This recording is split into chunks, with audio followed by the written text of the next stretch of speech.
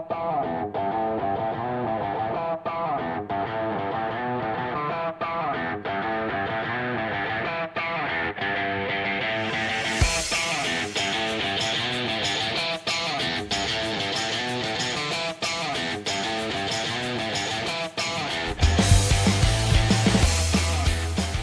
morning, everyone. Welcome to Market Prep. I hope you're having an amazing morning. Hopefully, you guys had an incredible day yesterday. Good morning, Peter. How are you doing today?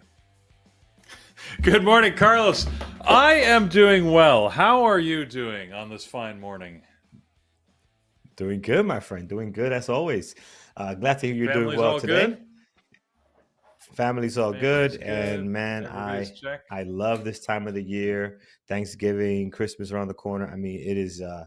I love it, man. It's my favorite time of the year for sure, and for many people, I'm sure as well. So yeah, I'm excited, man. I'm excited for the end of the year here. Yeah. So let's start with some rants. I feel ranty today. I'm feeling good. That means ranty. But more questions. I don't understand. The last 3 days, I have been getting inundated with ads from the Aran Island sweater shop. And the Aran Islands are, I mean, they're like, that is very specific and very remote. Are they in like some massive advertising campaign? Or why am I getting these? I have never talked about Aran Island sweaters. I mean, I've been to the Aran Islands. They're in Ireland, by the way, if you've never been there. Fascinating island off the coast of Ireland. Really cool. The whole thing was subdivided in these like quarter-acre plots with stone walls and everything. And anyways, they made their own soil and very cool. But weirdly specific ad. I just don't understand why I'm getting that. Anyways, I can't figure that out. Maybe more. I wanted to ask you guys. I need some opinions. So everybody out in YouTube, this is your chance to jump in.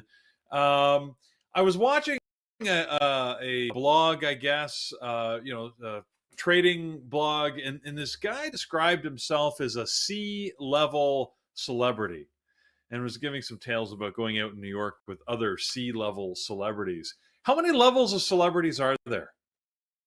And in that vein, when do you go from being a celebrity to just a normal human? And is there like a ceremony or something? What happens? Because Carlos, I was wondering, do we count on that scale? I like to think in our small little world, at least we're known.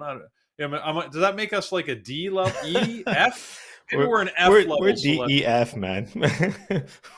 Somewhere. We're DEF. We're very low on the scale. But I gotta tell you, man, there's the gym I go to here, and I won't say where.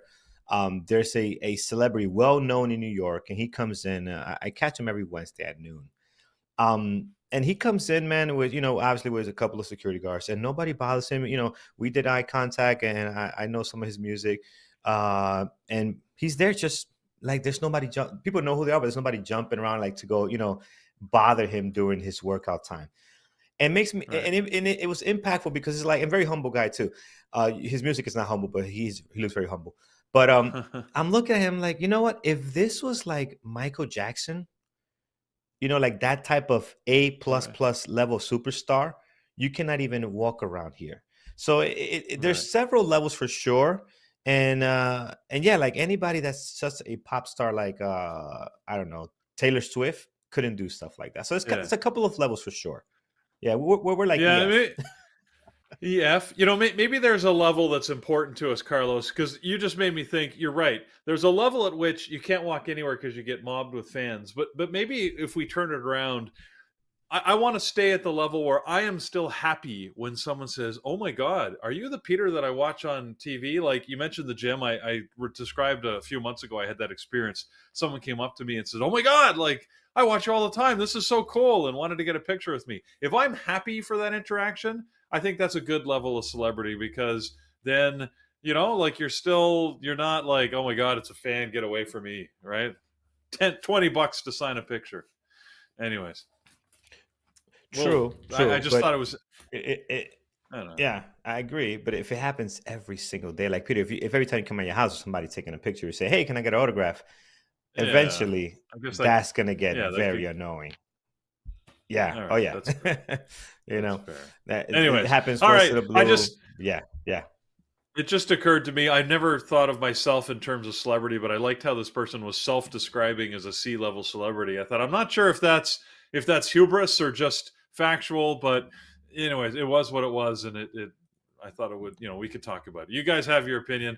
I appreciate those that are saying you're A-level celebrities dust. Oh shucks, oh Oh, you they're people. so kind. So kind. Yeah. They're Let's so let's nice. talk stocks though. That's what we're here to do. Let's get to it. We've got earnings. We've got a big trio of earnings from last night. We've got economic data. Carlos, lead on. Absolutely, my friend. Speaking of different levels, MSTR is trying to find a level that we probably never seen. This stock, man, up to 547, up 15% today. I mean, I'm just impressed how massive the move has been over the last couple of days. But that takes us to our gappers list. If you look at our gappers list, we got some other ones that are gapping even higher than that, 28%. Snow, which I think we have mentioned, someone mentioned in either our YouTube or our members chat mentioned Snow yesterday. They're up You bet. 25%. And of course, MSTR here up 15%. And again, once again, cryptocurrencies just taking over the gappers list. I mean, it is crypto Mhm. mania, friends, and we're seeing it here. So before we get to these, let's look at our U.S. economic calendar. Peter, what do you have on deck for today? All right. Well, we've got a couple of pieces of economic data that I could share with you this morning. Let's start with the jobless claims. We got both initial and continuing jobless claims. Initial jobless claims came in slightly under forecast. 213,000 was the number. 220 was what was expected. But once again, as always, right within range. Interestingly, the continuing jobless claims came in slightly over forecast, but again, not by much. 1.87 was the forecast. 1.908 was the actual number. Again, both of those enough within range that it's not going to have much impact. The other one that's as impactful is the Philadelphia Fed Manufacturing Index. That's a relative scale. Previously, it had been at 10.3. This quarter's, I guess, forecast, or this month's forecast, was 6.3. Came in at 5.5. So actually, it came in at negative 5.5, which is significantly under the expectations. That means that the manufacturing actually contracted in the period. That is quite a move away. And normally economic weakness is good for the markets, and I do see us moving up so far this morning. Again, not by much, but up enough that we might be having a good little bullish day. We'll see what happens. I never prejudge, because when the market opens, right, big money could have a different opinion. But it's looking good so far this morning. Later on, we're going to have existing home sales at 10. We've got the U.S. economic index coming out, and a number of Fed speakers that are out. I just didn't have enough room to put them all there. We've got Fed speakers happening at, I think there's one at 10:15, there's one at 12:25, there's one at 1:10, there's one at 4. Anyways, they're all, they're just the normal Fed speakers that go out there and say their stuff, usually without impacting the market. So if you're interested, you can look it up for yourself. Otherwise, you know what? Worry about the 10 a.m. economic data, and the rest will take care of itself. What I'm more excited about is all of the earnings. Like Carlos was pointing out, we had 3 last night that we were watching. We'll talk about all 3, and then we've got a few more this morning. So let's get to it. Man, what a market we're in right now, friends. All right, let's take a look at the first on the gap up list. It is a 6 million shares flow, so low flow stock. That's going to be SMLR. So be careful with this one. Up 30%. Had a big day yesterday too, going from the lows of 45 all the way to 60. Let's take a look on how that traded. That only did 2 million shares. So again, although it looks good now, I don't know how good this would have looked in the actual trading. And out of that 2 million, 2.6, 500 came on one candle. So this price action was pretty much dead for the entire day here. But today they're up again at 30%. Low volume, 283,000 shares traded. Peter, this is hot this morning. What's the news? I don't think we spoke about this one yesterday. Yeah, this is another one of these sort of weird companies. So the company is SAR Scientific, and they make products and services for healthcare providers to combat chronic diseases. They're a medical devices company. However, the news is the fact that they have acquired 215 additional Bitcoin and raised $21.5 million to do it. So Similar Scientific actually holds about 1,273 Bitcoin, and that's what's returning a lot of their value. So I don't know.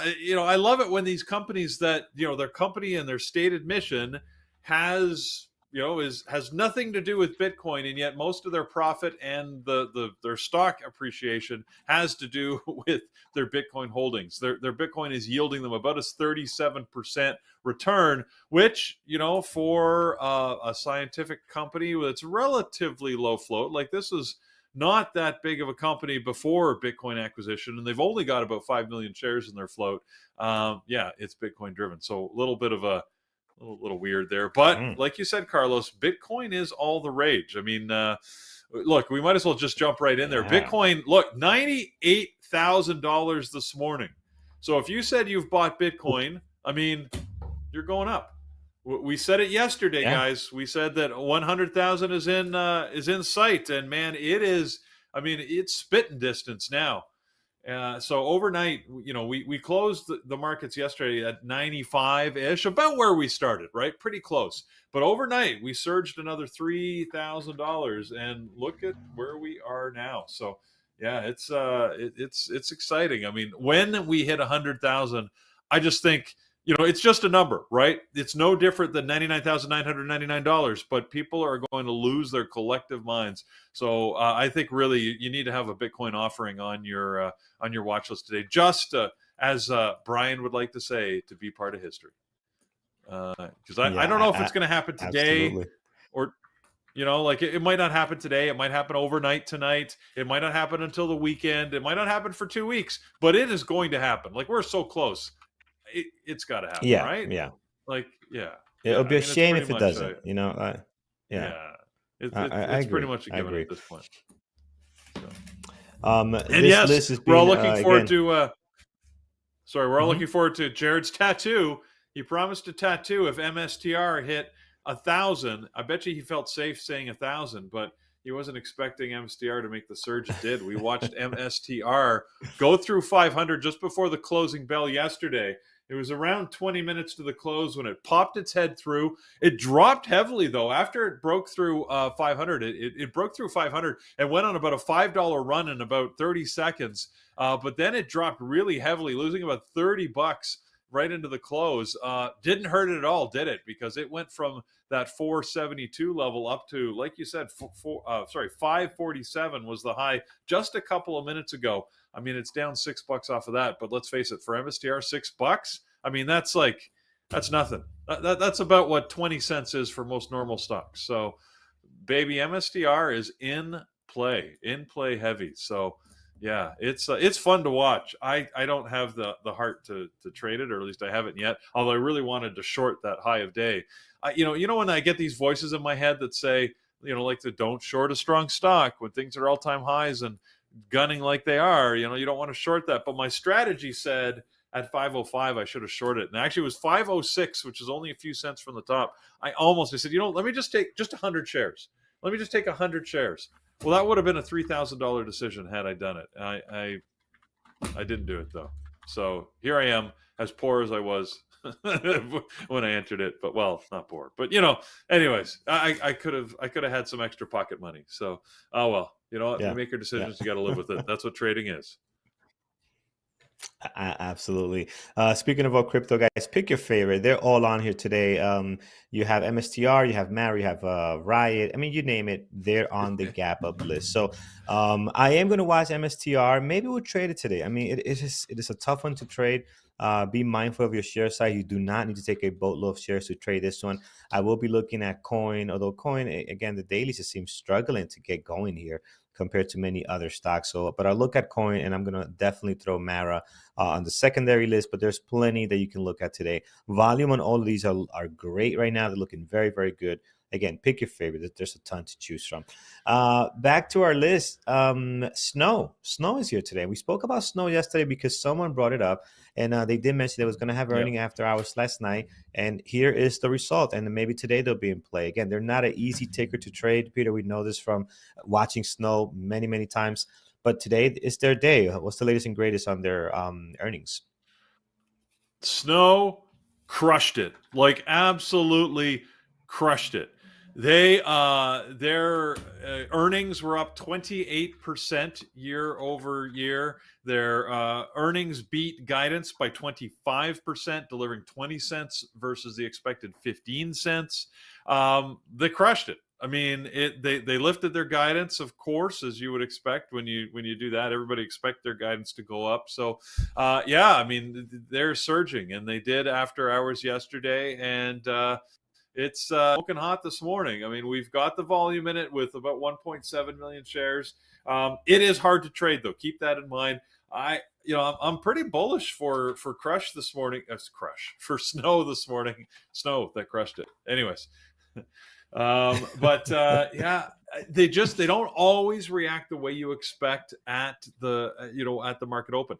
Oddly, for Snow, it's a NYSE stock, so this trades on the New York Stock Exchange, and that means that trading volume, that trading profile is a little bit different than a NASDAQ stock. So while they crushed it overnight and they're moving well pre-market, you got to wait for that volume. We were talking about this yesterday, and with light of Target that had earnings, Snow is sort of in that same camp. So wait for those earnings to come in. For Target, the volume came in right at the open today. We'll have to wait and see. I'll probably be watching Snow just because it beat its numbers so much. I got to see what's going to happen. But yeah, it looks fun. Yeah. Yeah, it does look good. I mean, it's up 24%, 1.7. Today is their day. So I am going to, I usually will not put this on my main list. I will put it today. It might not stay there depending on how this list continues, right? Because a lot of the gap up is just a lot of crypto stuff going on here. So let's take a look at what's next here. We have RCAT Holdings, which doesn't look great, lower price stock. They have 509,000, but again, usually these stocks don't trade all that hot. So I'm going to stay away from it, Peter, unless you have something to share. No, I don't have anything worthwhile sharing on RCAT. Okay, we'll leave it alone. Mara, we talked about more Bitcoin plays here. We talked about SMCI on deck today. So these guys were gapping up yesterday, sold off. And today they're gapping up 5.5 with 5.2 million shares traded. So they continue to get this great volume. I didn't watch it closely yesterday. So let's take a look on how he did. Looks like it sold off really nice here. So that's pretty good actually. That's a nice clean sell-off with tons of volume. So again, hopefully they can continue to do that. But again, they just seem to have these really nice clean intraday actions. So I like it today again. I love the volume. 5.3 seems like it's even more than yesterday. SMCI is becoming like one of our not our good buddy, but our favorites to watch for sure, Peter. I'm gonna have it on the deck today. How about you? Yeah, I don't know what to expect with this. They're sort of in a holding pattern. The company did release sort of a statement talking about their current status, and it's a little complicated. Here's how I understand it works. So they do have an auditor now, right? BDO US stepped in and said they're going to be their auditors, which is good. Now, from the day they were supposed to release their numbers, they have 60 days to produce the numbers. So there is a little bit of leeway there. But for a new auditor to jump in, they're going to have to get up to speed and get confident that they've given a full independent review of the numbers. And of course, with Ernst & Young having said, ain't us, man, we're out, you think they're going to be extra cautious, which means that they're probably going to need an extension. They did receive a letter from the NASDAQ or the SEC. Sorry, it's not NASDAQ, from the SEC about compliance, that they are currently not in compliance, but they have 60 days to remediate that. They may file for an extension. If they file for the extension, which my understanding is they have, then if it gets approved, they will get up to 180 days to, is that right? I think it's 180 days to rectify the issue, okay?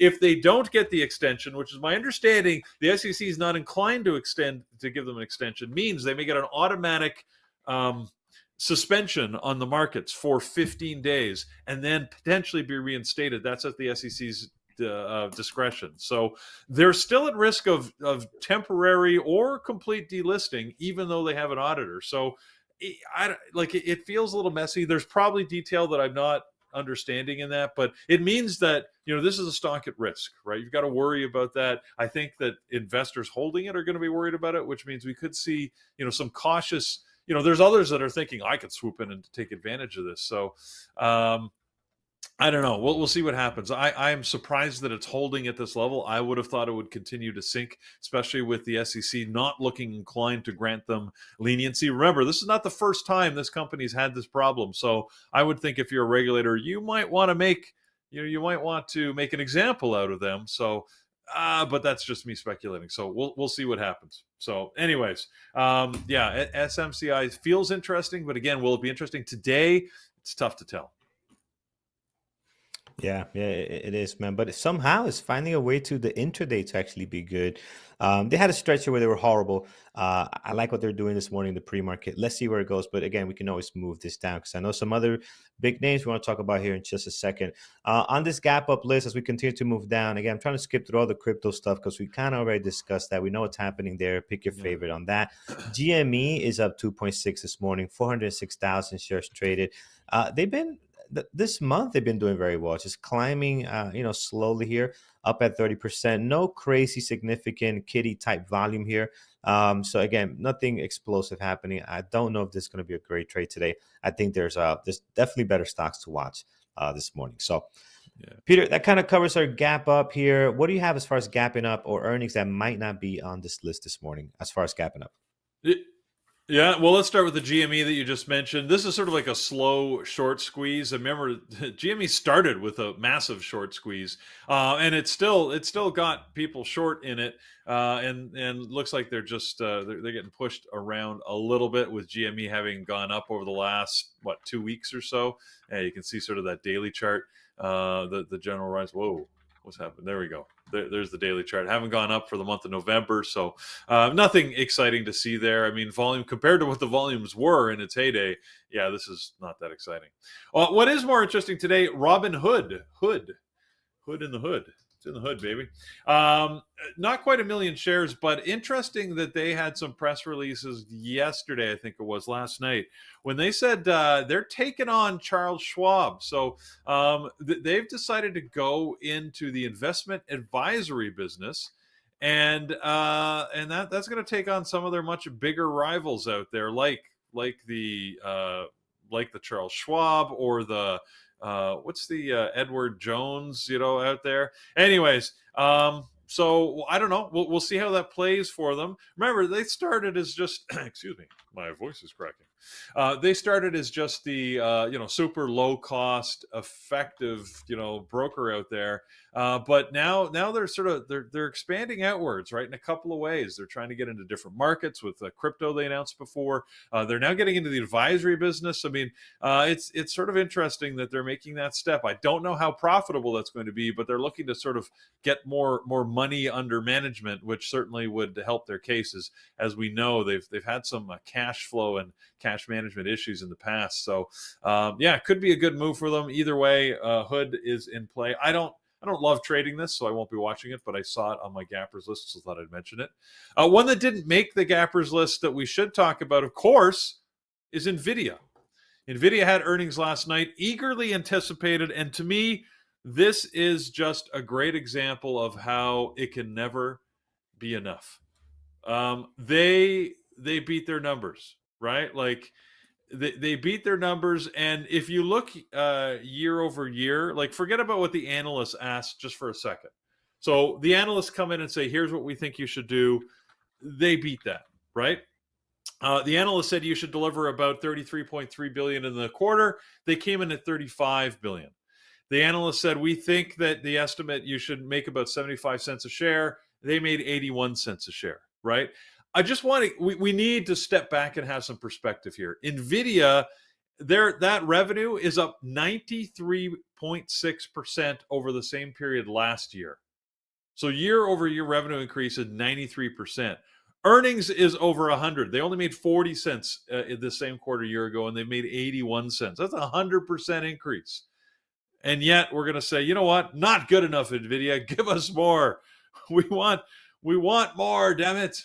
So their forward-looking guidance came in pretty much on target. I mean, it's a little bit higher. The average analyst expectation for their forward-looking guidance was about 37.1 billion, and the company said that they think they can do 37.5 billion. But at the top end, because analysts always have a difference, right? The top end of that range was about 41 billion. So they're saying, well, you know, hey, the most bullish amongst us said 41. You're only saying 37.5. Not good enough, NVIDIA. And I can only shake my head at it. Sometimes it's like, what more do you want? But anyways, but you know, you could argue, of course, that a lot of that growth has already been priced in. I mean, you know, the stock's not exactly hurting. We know that they've hit all-time high, they pulled back, they hit a new all-time high, they pulled back, they hit another new all-time high. I mean, they've been doing pretty good. So, you know what? I mean, you know, it is what it is. But here we are, NVIDIA, you know, testing all-time highs once again. Pre-market, we had a high of 149.40. And if I look at the high over the last, the last couple of weeks here, 149.60. What are we at? 149.65. I think that was the all-time high peak. Yeah, they're hitting this tiny little range here. So hey, if we make a run at 150 and actually break 150 today, the party continues. So NVIDIA definitely a must watch in my opinion. What else have I got? Absolutely. Sorry. Will be on my list for sure. I want to ask you, one of our members, and I think you did kind of answer this already. You know, they had an unchanged outlook and guidance, right? And they kind of know, what do they mean by that? Because they couldn't find a reason online. Why did they have no change in outlook or guidance for the future?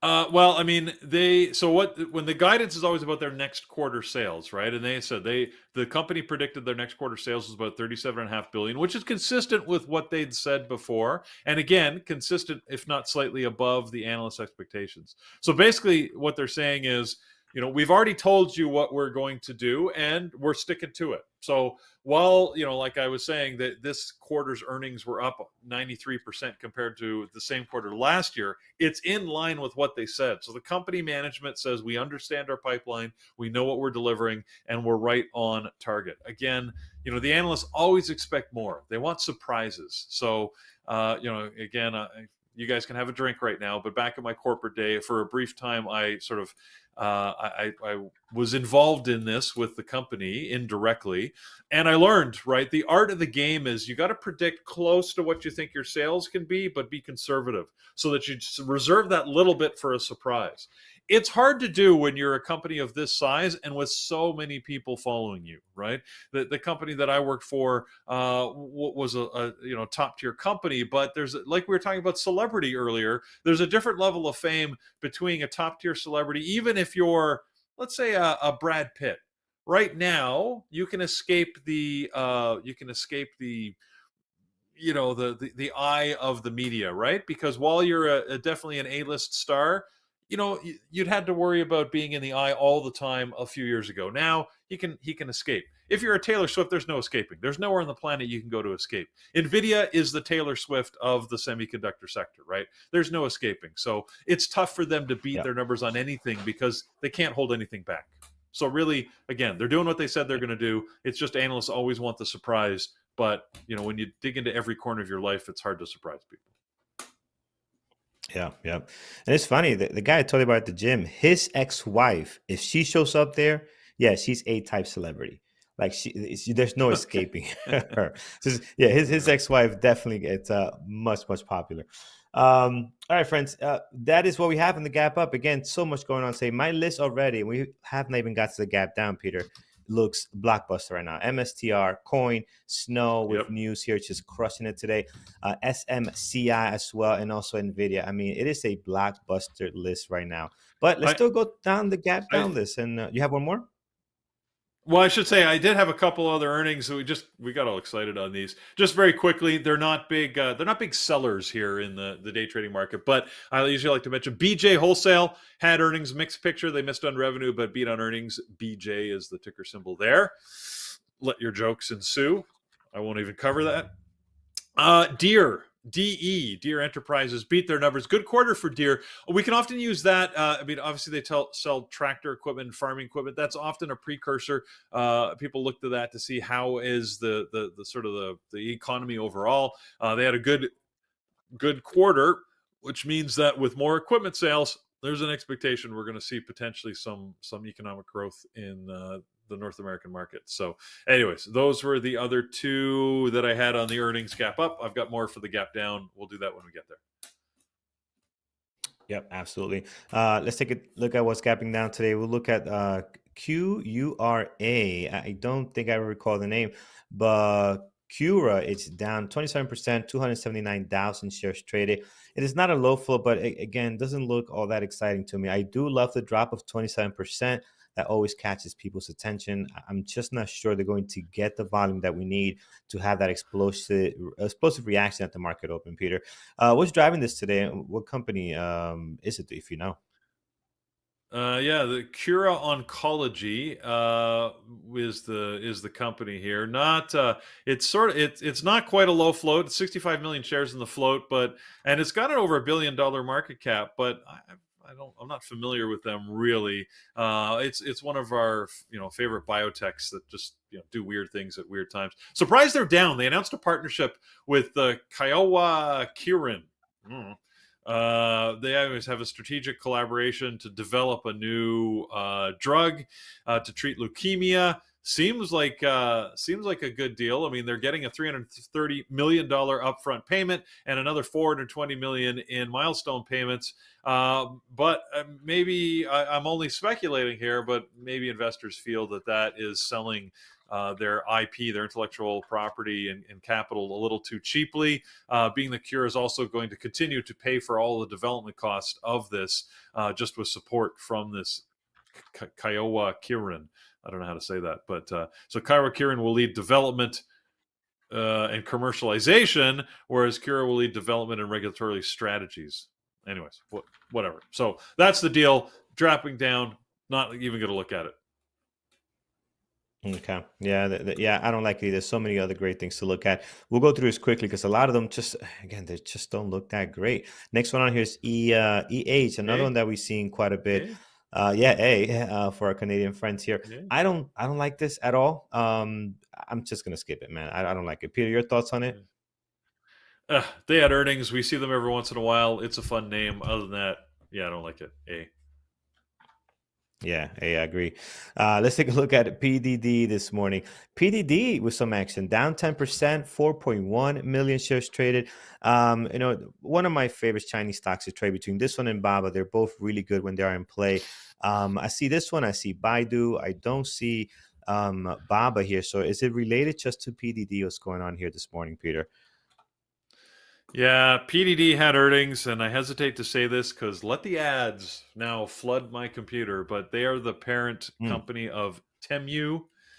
So send me all your junk that you want me to buy in ads. Anyways, parent of Temu, they basically missed their numbers in their Q3 that was reported earlier this morning. So not a good quarter for them, and that's why they're dropping. I don't know. Sometimes I will watch it. I don't mind trading them. They tend to trade fairly smoothly. They do get good volume. I just feel like there's so many more exciting things out there, but maybe I'll put PDD in a secondary. I mean, they've got over 4 million shares traded this morning, so I might watch it. As you could tell by my voice, I'm not as excited about these as I'm about some of the others.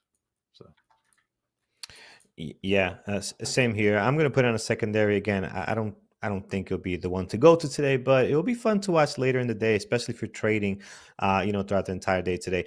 XBEV, nothing fun here. We'll skip on that one. Baidu, same thing, pretty dead for the most part. Pen W, Baidu, yeah. Baidu was one of the ones I was going to mention for earnings as well. They also had earnings this morning. A little better picture than PDD in that it was mixed. They actually beat on revenue but missed bottom line. But yeah, not that exciting. PDD is probably the better bet of the two if you want to pick one. Yeah, I agree. I don't like the volume on Baidu. They used to trade a lot better when Chinese stocks were hot and in play. I don't see that right now, so I'm gonna just pass over them today. Again, our list just looks so good with everything else that we're watching this morning. Notice we haven't talked about You, Tesla or Apple or any of the other ones. Peter, do you have those on deck as you're going to talk about anything gapping down today?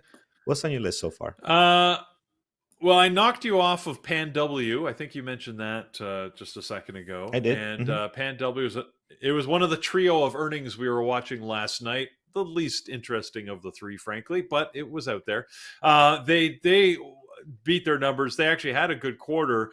They held their guidance though. They basically said, "Yeah, we're good. We stick to our previous forecast," which of course, like we already talked about, is not what the market wants to hear. They always want to hear, surprise me, surprise me, give me something I wasn't expecting, do better.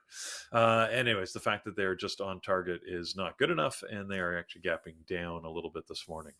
So yeah, Carlos, to Tesla and the others, I don't really have anything to say about them. I mean, Tesla's up 1/3% with its normal volume sitting just under 2 million. All the others, they're just doing their normal thing. Apple's doing its Apple thing. Meta and Amazon and Google, they're not doing much, as usual. So, they'll be in play like they're normally in play. I don't see anything special happening there. I mean, it's Tesla. It's a stock.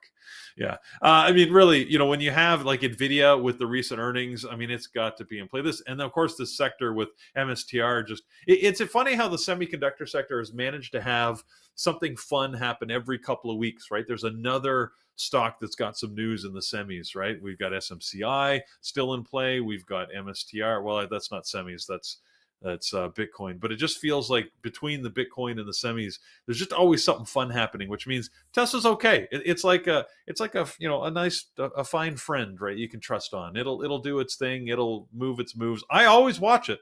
Don't get me wrong, right? Because in midday when I need my nice stable stock movement, I go back to my good buddy Tesla. It's reliable, but it doesn't have the excitement of some of this other stuff. So if you want excitement, no, that comes with danger. Look at it this way: it's like dating the exciting guy or girl, right? Man, it's fun when it's fun, but when it goes wrong, it can go wrong very publicly and very It's ugly bad. quick. So yeah, it gets Very ugly quick. quickly. So just keep that in mind, right? You want to date the exciting hot chick or hot guy, right?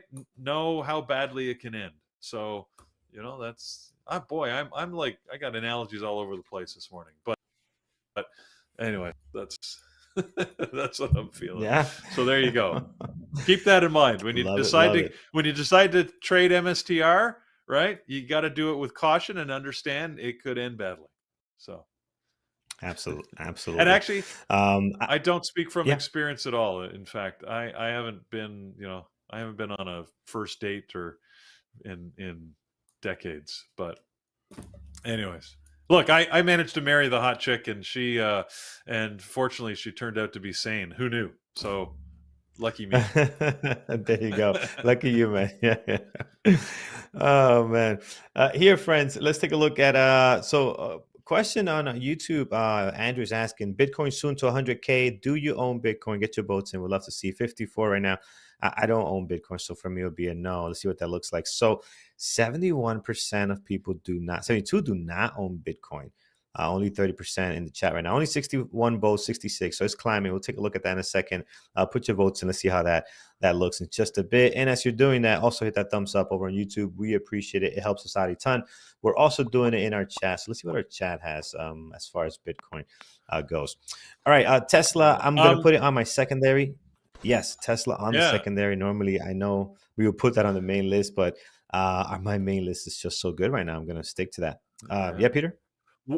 Walcott in the chat room is asking me about AMD, my good buddy. I love the way AMD looks pre-market, and I actually like the way it closed yesterday. That being said, AMD hasn't been all that great of a trader in the last couple of weeks. I've been watching and trading NVIDIA a lot more than AMD. It goes into these quiet periods at times, right? So as long as you know that, you can be ready for it. If you like AMD, like this might be when it decides to break back out. Just look at the daily chart. You can sort of see it goes in these sort of big swings, right? These big moves, surges up, it drops Yeah. back down, it surges up and down. So, maybe it's getting poised for another surge up. Even if you sort of move back even further in AMD, you can see how the cycle has repeated itself like a dozen times over the last couple of years. So it's sort of an interesting movement pattern that AMD has had. And in the interim, you do get these flat periods. We're just in the flat period now. So, if you like AMD, I would say watch it, because you never know when that next surge is going to happen. And I'm convinced it's going to happen, by the way. I could be totally wrong, but there's no reason to think it's going to be today necessarily. Could be, but I don't know. So yeah, that's why I just keep an eye on it, just in case. You never know. I agree. If you look at the consolidation, sitting at close to an area we had support before, and it's just consolidating here. So it's coming, but we have to kind of wait and see. All right, friends, that is what we have. Let's take a quick look on what you guys like this morning. I see Amazon being thrown out. Amazon gave us a really great day yesterday and the day before. They've been trading pretty nice at the market open, man. Look at this beautiful drop here from 204 all the way down to 200. This was my trade yesterday. And then the day before, unfortunately, I didn't catch this one. I got stopped out. Look at the beautiful breakout. So they're managing to trade very well at the market open. Today, they're not showing a whole lot of market activity pre-market wise, but they find a way to trade very clean. So I'm going to slam them into my secondary list here. I think it'll be good to watch them. You're not going to get much in the pre-market, but the market open does give you some good opportunities. I like the daily as well. As we're slamming in towards the top of this consolidation area, right? We got a little ping pong action here against 206. If we can get going here, I mean, everything just seems so strong today. A lot of green on the screen that can obviously help Amazon. And thinking of Amazon makes me also think about, of course, Apple, which has been the quieter side of things, right? But also same thing, slamming into this 230, looking for a possible breakout as well. So let's take a look at AMD. We do have on a secondary. I forgot it. Yeah, go ahead, Peter. You're talking about Amazon. Amazon, I love Amazon actually as a stock, just because it's fun. So since I'm going crazy today with all the analogies, I'll just keep going because I'm feeling it today. Amazon as a stock, stock, it reminds me of Christian Bale as Batman. How does that make any sense? There's a scene in one of the Batman movies with Christian Bale where he brings these supermodels into like a hotel restaurant or something, and the supermodels end up like frolicking in the fountain, and the owner says, "Sir, you can't do that in the hotel," and he's like, "You know what? I think I can. I'm going to buy the hotel." And he just buys the hotel, just on a whim. So that's how he does it in the fountain. Yeah, it wasn't even a pool; it was like a fountain in the lobby or something. So I feel like that's Amazon. Like I was looking at the news today, and Amazon, somebody was critical about their stance on renewable energy and fuel, so they bought 3 wind farms in Greek. Like they just bought 3 wind farms. They just yeah. You think I'm not good on renewable energy? I will buy some wind farms. Here we go. They bought 3 Greek wind farms. Anyways, I find that this type of news happens every day in Amazon, right? Where they do things like that.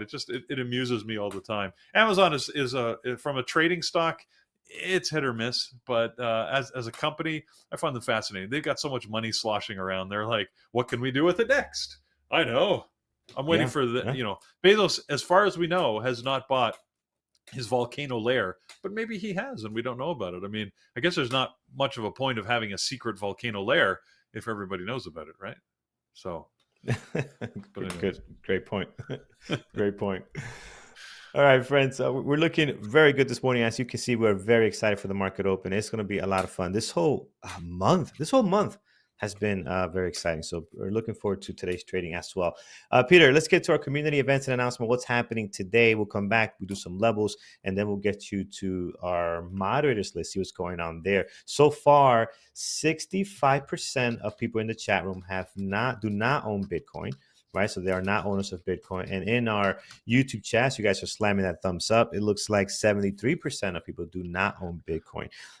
So friends, again, just be careful. No FOMO. It's like the show I'm watching, Titans of the Rise of Wall Street.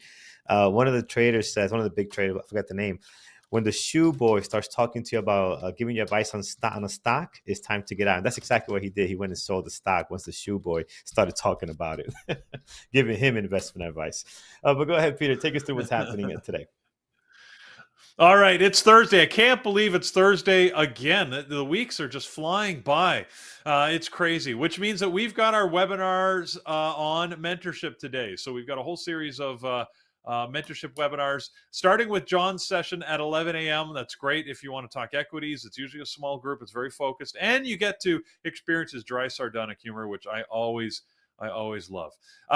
Now, Jared and Megan are doing their options mentorship. And if I understand, that is going an hour early. Maybe Jared or Megan, if you're here, you can make sure that I'm getting that correct. I thought I heard that's happening a little early this week, just due to some scheduling conflicts. Anyone else?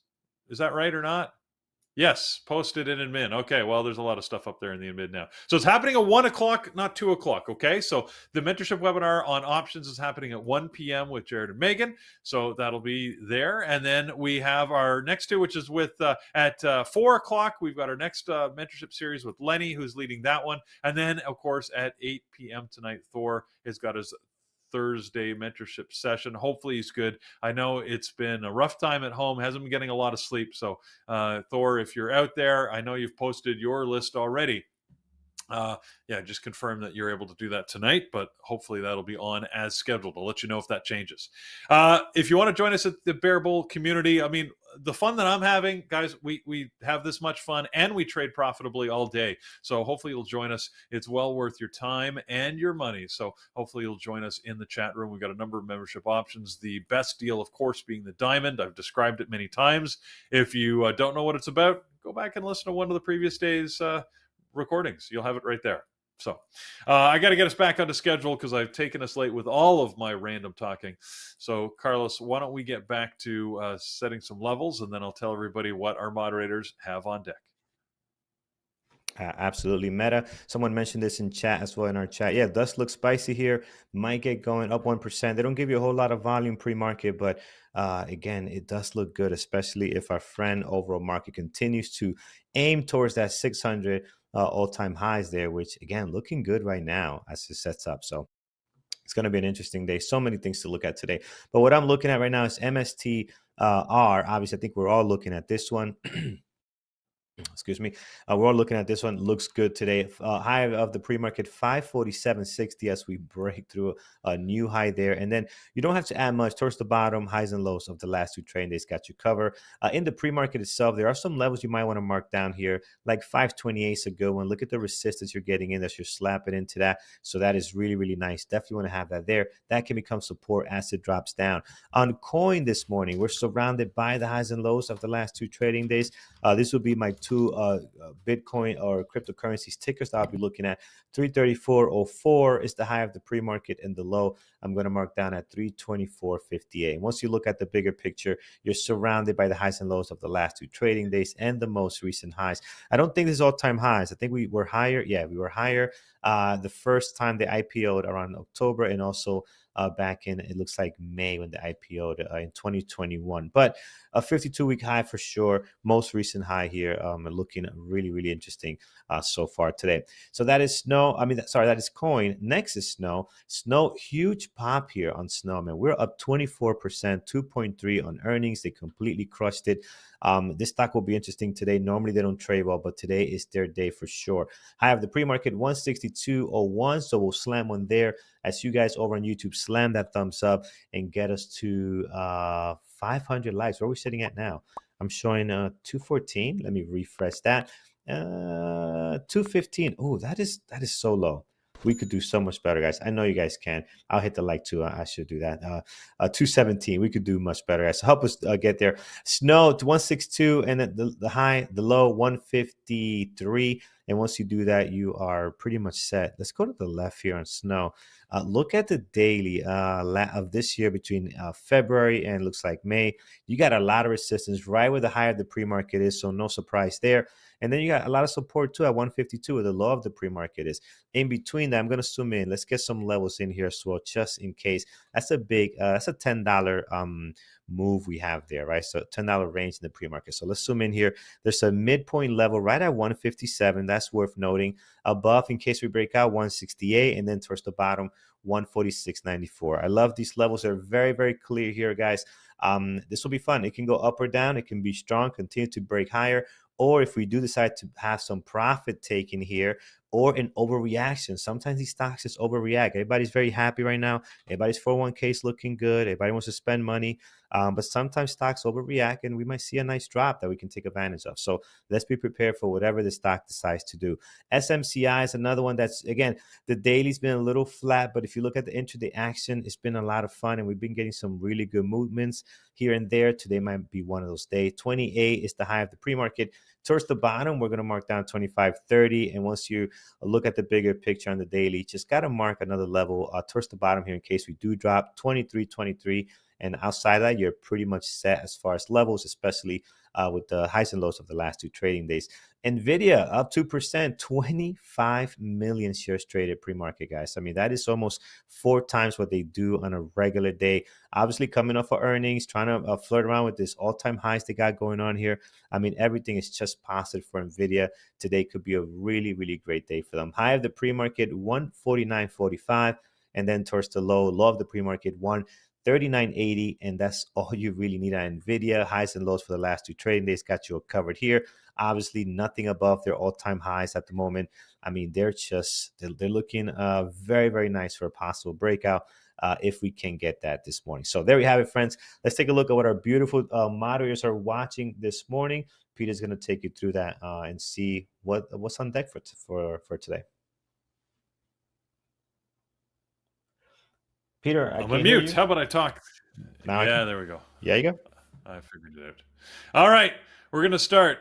Jared, once again, leading with MSTR. Last couple of days, that's been top of his list. It stays there for today. He's also watching NVIDIA and Snow. Lenny with an uncharacteristically short list. He's just watching NVIDIA and Snow today. He must be excited like I am because he's got, normally he's got about 20 tickers on there. He's very focused. Andrew's also watching NVIDIA Snow. He's also got Riot, MSTR, and SMCI on that list. Avi's got the Magnificent Seven and his secret ticker, which yesterday he said was AMD. Maybe it's a different secret today. Thor apparently knows the secret because he's watching the exact same. Eamon's got his eye on 2 potential longs with Apple and GM. I've got one IPO and a couple of SPACs to potentially let you know about if and when they open. Pierre is going to be watching Tesla, Coin, AMD, PLTR, and Apple. Mike will be watching Apple and NVIDIA. Phil, keeping an eye on Coin, NVIDIA, Apple, Meta, and Target. I'm going to be watching my usual with AMD, NVIDIA, and Tesla. But like you've heard, I also love Snow. MSTR, you got to watch just for fun. And PDD. Brian's going to be watching NVIDIA, Baidu, SMCI, and Apple. And Paris is going to be watching NVIDIA, Tesla, SMCI, PDD, and Snow. So we've got lots of tickers to pick from, right? Lots of choice out there. Some are riskier than others. Just keep in mind if you're watching the SMCI or you're watching MSTR, right? Those are some of the riskier ones that are on our list. Just manage your risk. That's all I want. I want to talk about how much fun it was. Hopefully you can make money in the process. I do not want to hear, right, how you blew up your account and it just moved against you suddenly and you did something unexpected and took your account out, right?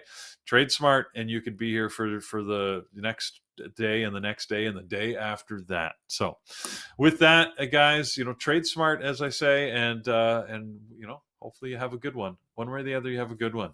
Our live traders should be Brian and Andrew, as usual here.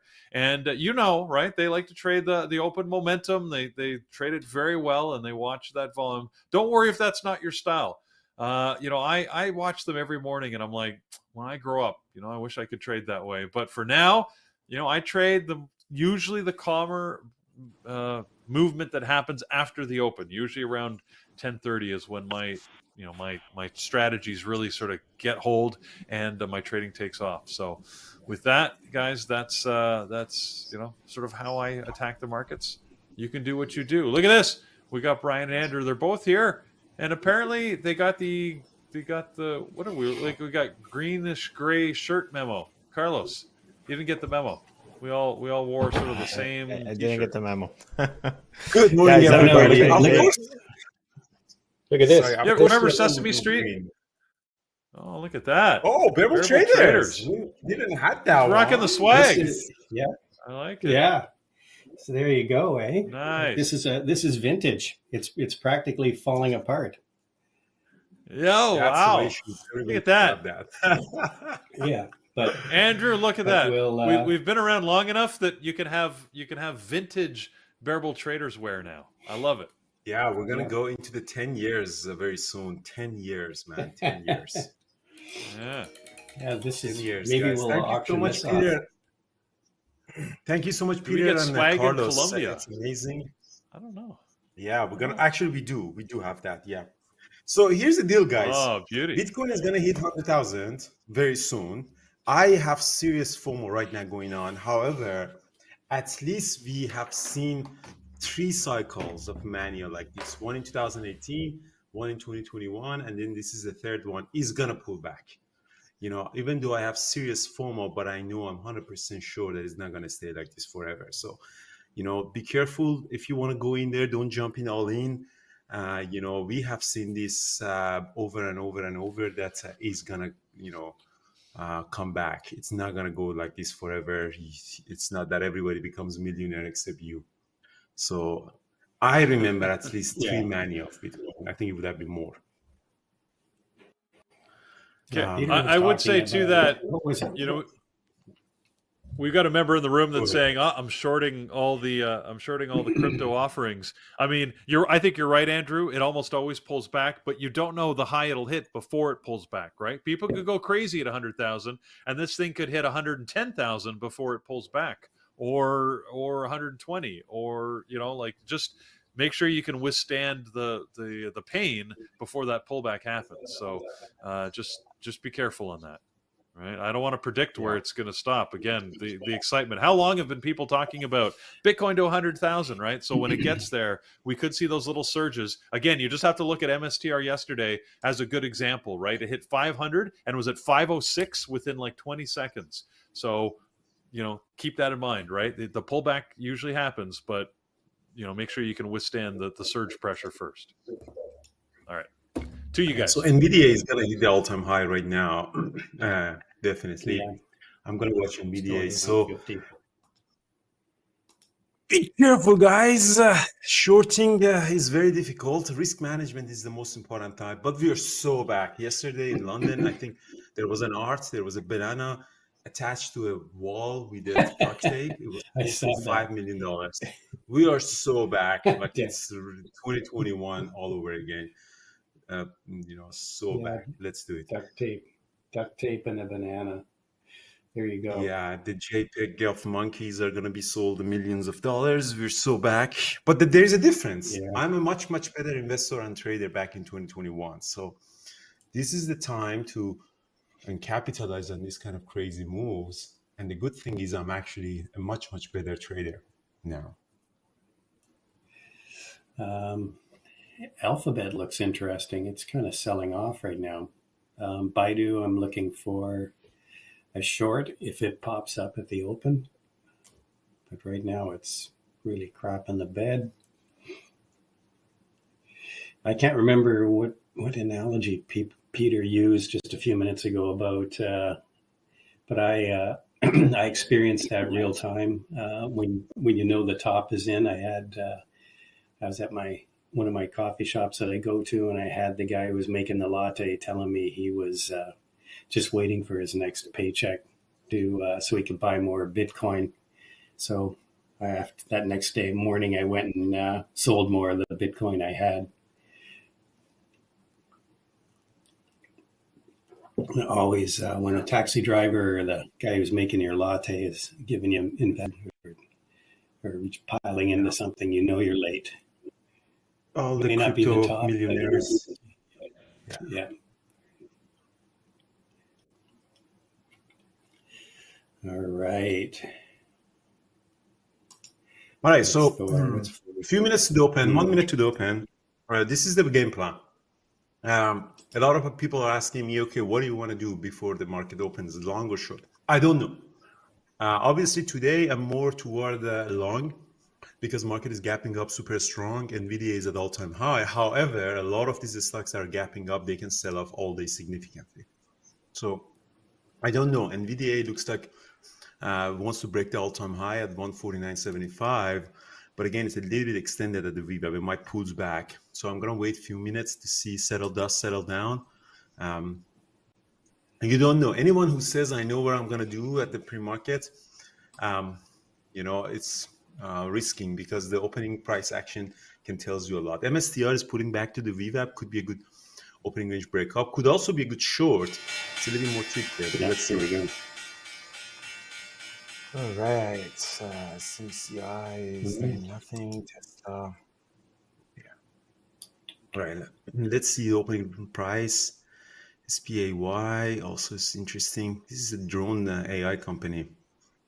This is very tricky, guys. SPAY. Tesla's breaking out. MSTR. Oh, yeah, Tesla's breaking out.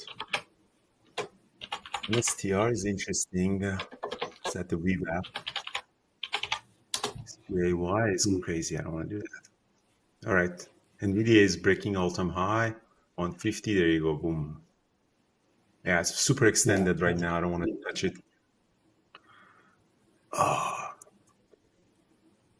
It's been level 2 veered a little bit on NVDA, huh? Short Google. It's 173. Google, huh? Still watching Baidu. Yeah. Baidu's not giving me much of a pop here. Google didn't give much of a pop either. All right, NVDA is super nice. NVIDIA is breaking all-time high. Nice. That was it's got a lot of orders to the upside. We look at unbelievable. NVDA, super nice. Qs are super nice. Yeah. Oh, Tesla's gonna go to R4. Oh my God, I missed everything. I missed DAS is acting a little bit weird. I changed my code servers in DAS, so it got a little bit better. Oh, NVIDIA is just crazy. Yeah, I kind of missed I missed the boat on NVIDIA for a 1 minute range breakup. This one is crazy. Look at this. Unbelievable. I just covered some Google at 171.90. Crazy. I'm trying to find. See, MSTR sold off, guys. I told you MSTR is a little bit tricky. Covering some more, 171.70.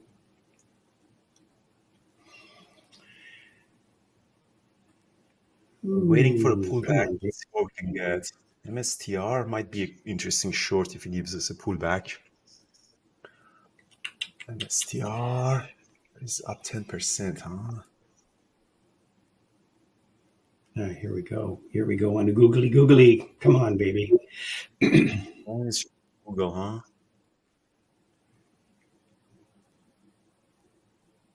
Oh, so a little more. 171.30. Shit.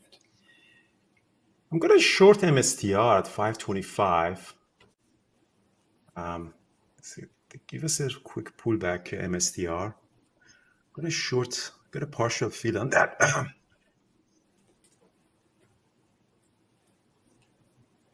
It's coming. It's 171's above coming. The VWAP. Here we go. Come on. Give me 171. All right. I'm going to get a stop down on MSTR. This one is bounced back significantly. Here we go. Got it. 171.90. There we go. All right. Shorting the. Who's short in there with me on Google? Google is nice short. Why are you shorting Google? Wow. I have no idea because it's going down. Well, where did you get that? Nice, Like, man. that one's... I was just going through some stocks and it started to break down about 5 minutes before the open. It was NVDA actually is doing standing that. out. It was standing out to me because it was kind of red on a very green day.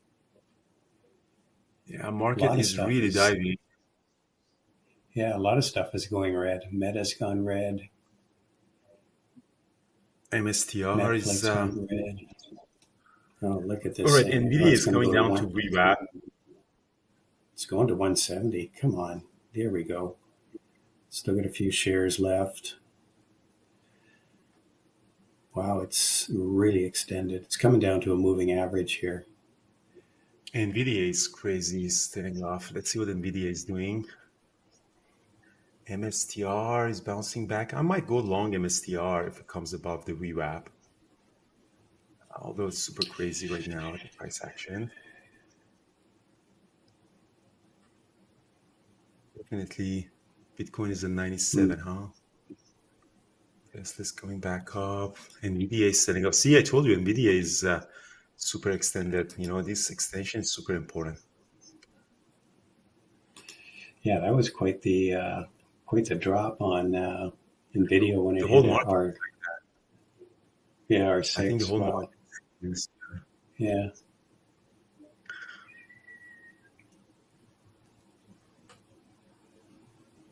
I hate when the stocks are breaking the all-time high in the pre-market. I hate it. Yeah. Yeah, it's hard to trade when everything's gapping up so strong. MSTR came back up. MSTR is kind of wicky. MSTR is going to... I'm getting long on MSTR. I'm getting long on MSTR, guys, at 535. Excellent. What? Excellent. Are you still short? Google? Yeah, I just blew out the rest of my shares there. 169.80. Excellent. But this MSTR, guys, is bad. I'm getting out of MSTR, guys. This is a nightmare. I'm getting out of MSTR. Google is getting destroyed. Why is that?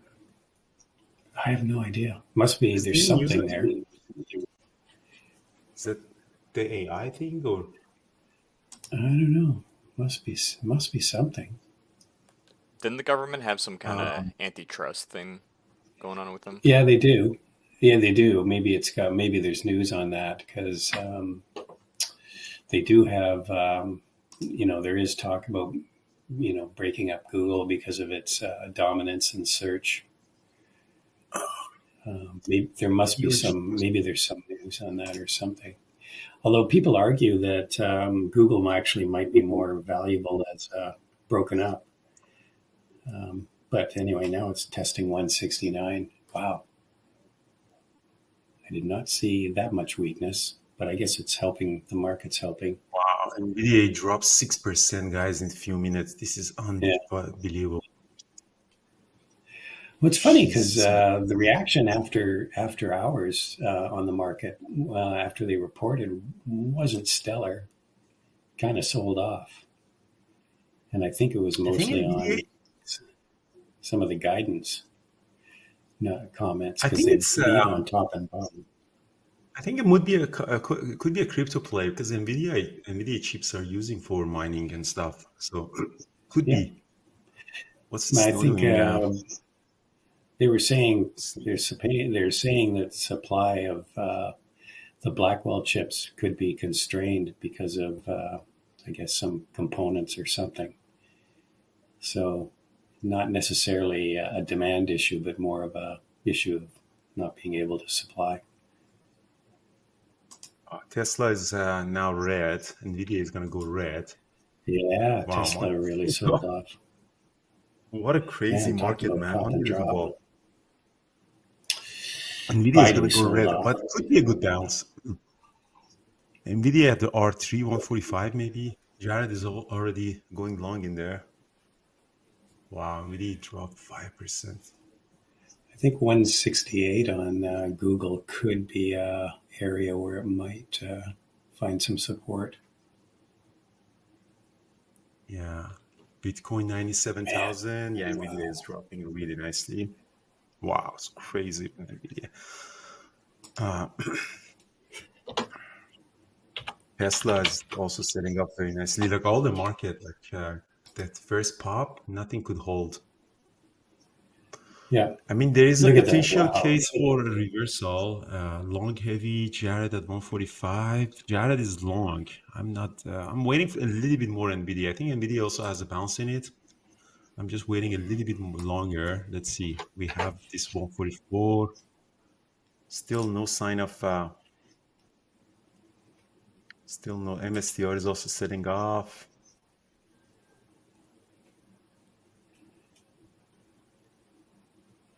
Yeah, still.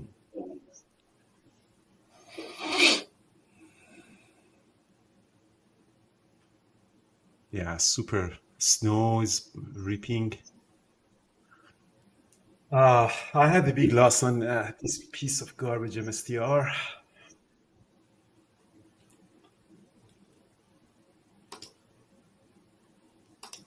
It seems that it wants to find a bottom. Yeah, really, it looks like it could be a bottoming price action.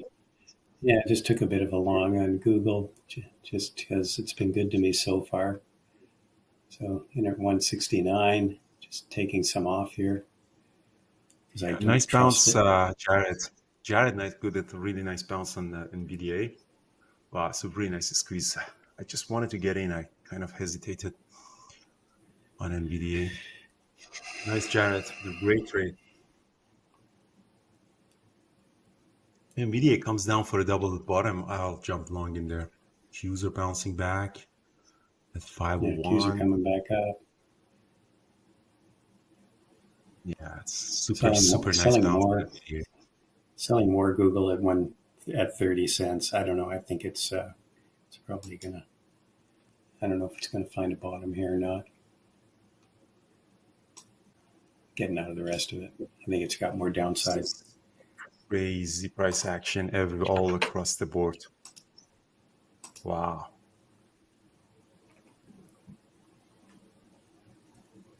Wow. Sean, great. $4,000, great. Sean Ray, nice. Most of the gain was on NVDA long, nice. MSTR is coming back up. Yeah, MSTR is making an engulfing. Already rejected. MSTR just snapped back. Look at that. There's still more downside on Googly.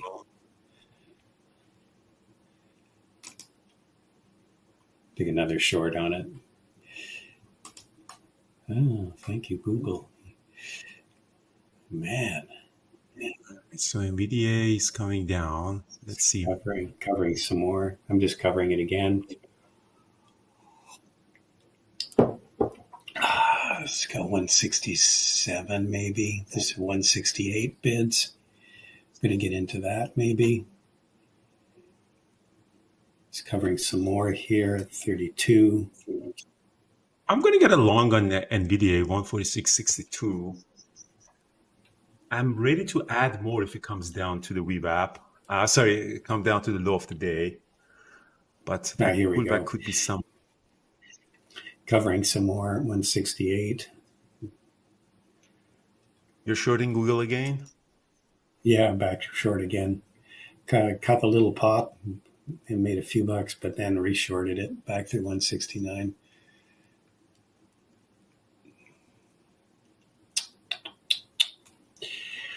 All right. I think I'm leaving more on NVDA here. Wow. You know what else sold off hard was Meta. Meta's looking like it might find a bottom here.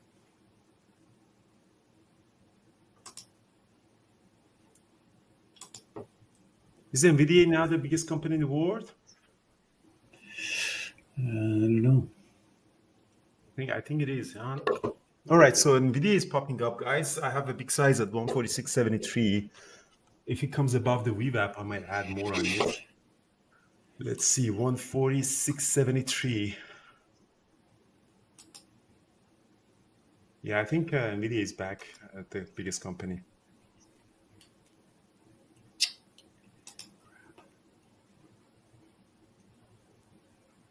Market. What was that drop at the open? I don't know. I don't know.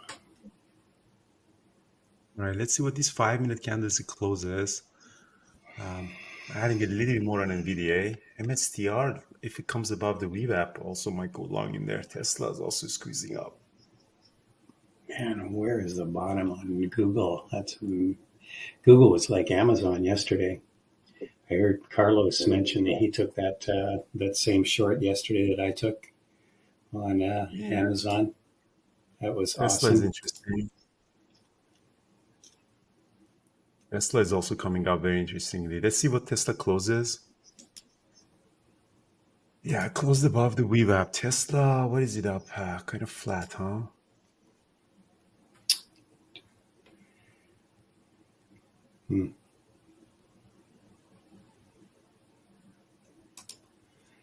All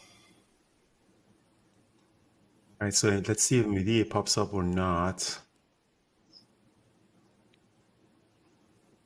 I'm long NVIDIA.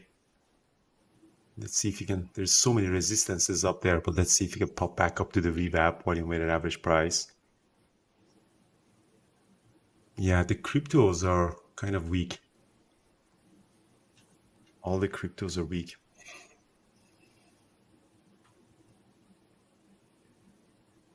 Snow. Wow, snow dropped. What about this low flow? Oh, fuck, this one. This PAI got halted, huh? Wow, for 10 minutes. Yeah, to the downside, wasn't it? Yeah, it was Then he got halted on the way down. Yeah. Yeah. Tesla was a long. Yeah. Somebody took Tesla long. Tesla turned out to be super nice. Yeah, that was a nice long at 343. Did anyone took Tesla long? Yeah, somebody mentioned in the chat room. You're watching NVIDIA here.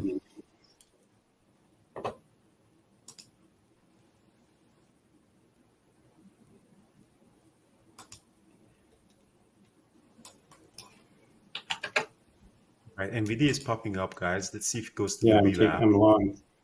I am long NVIDIA.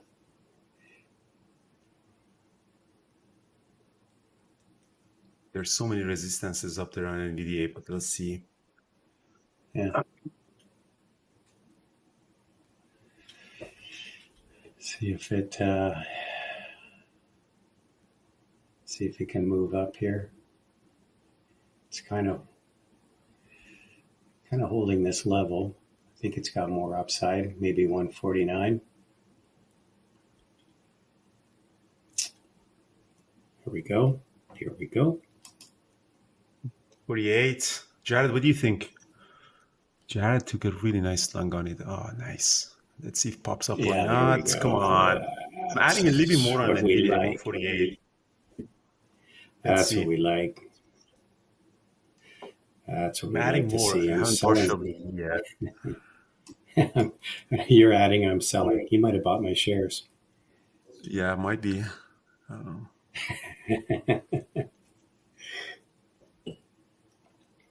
I think if it closes above the VWAP, we might go back and test the high up to date. So they're now making a 5-minute higher high and higher low. It's a very bullish pattern. So let's see. I'm have more confidence on it goes higher. Let's see. Yeah, I have a very big size on NVDA now. Kind of like this pattern here. If you look at Bookmap, there's a pullback to a low and a pullback to a higher low, and then a pullback to a higher low. That's when I decided we were going to go up. So every pullback was getting bought at a higher price. You can see that on your chart too. You don't need Bookmap to see that, and there are a lot of orders up here. It's quite a bullish book right now.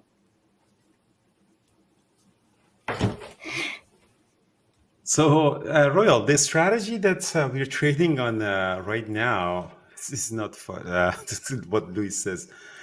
This one is potentially a double bottom reversal, but really we didn't make the double bottom. So if it was coming here toward the low of the day, it would have been like a double bottom reversal. I took it just because Jared took it a little bit earlier and price action seems super strong. If it closes above the VWAP, could be potentially 5-minute opening range breakup as well. So this is your 5-minute potentially break of all-time high. I don't have a specific trade book in a way that I wrote in the book here. This was a little bit more like a gut feeling trade. But it's turning nice so far. But again, NVIDIA is a unique stock because it's trading at all-time high. Price action is super strong. If you look at the 5 minutes, it's now making higher and higher. That's why I haven't partialed yet, because I haven't seen any sign of weakness yet on it. And if it closes above the VWAP, that would be, probably test another 150 again. So again, this is a very unique situation for NVIDIA. This is at all-time high. Yeah, so I sold more at 148.50, by the way. Tesla was nice. Somebody called Tesla long in the chat. Who was it? That was very nice. Should have taken Tesla.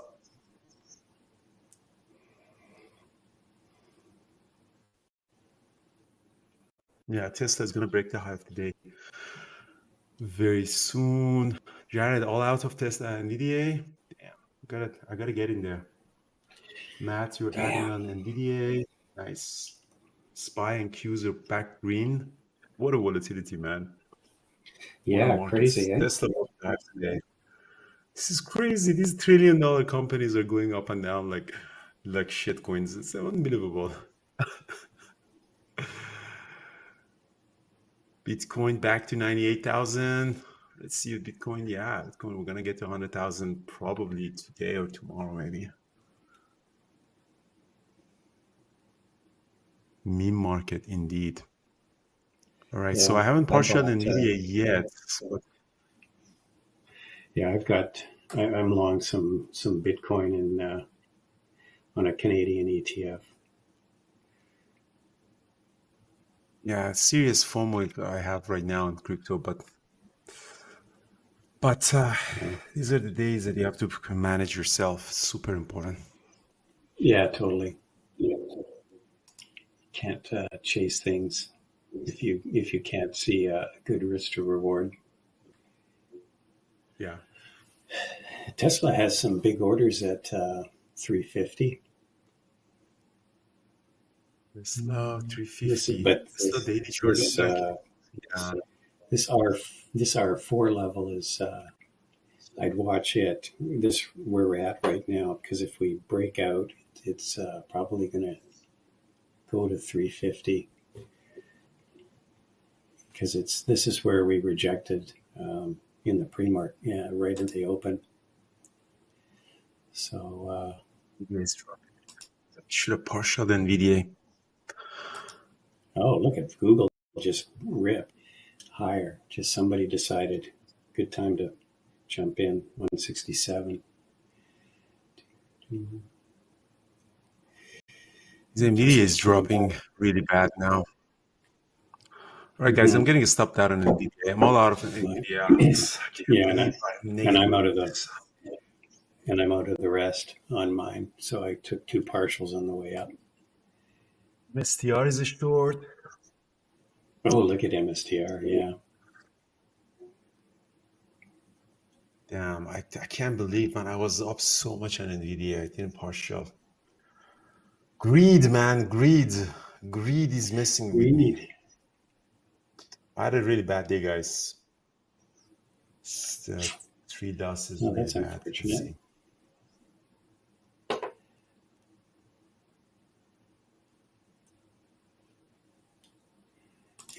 We can always sell some Tesla calls again. No, I'm not touching calls and stuff. Snow is going up to 169.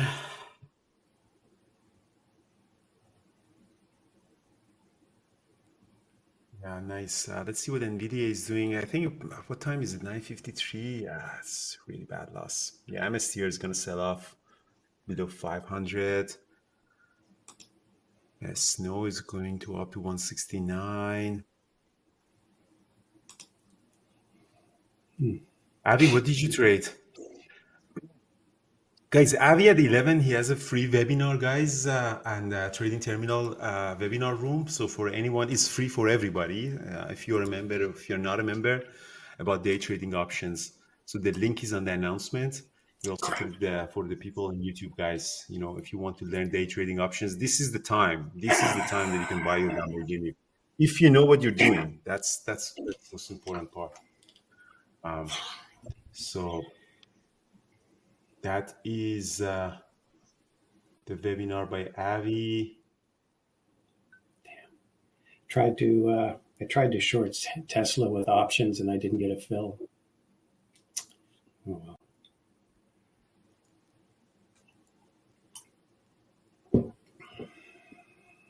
Started to move too fast. NVDA is going down again. And NVIDIA is back down to PDC. Might bounce here. Jared, I messed up on NVIDIA. Market is really all over the place. Yeah. Okay, Google hit the 9 EMA on the 2-minute chart, rejected there. 920 on. This is a perfect 920 trade. Yeah. No, it's not a 920. It's just using the 9 EMA as resistance right now. Nice. Okay, so Tesla's coming back up. Very nice, Alberto. $2,000. It's good profit, everyone in the chat room. Am I the only person who messed up? Yeah, I'm down $40,000, guys. So garbage MSTR.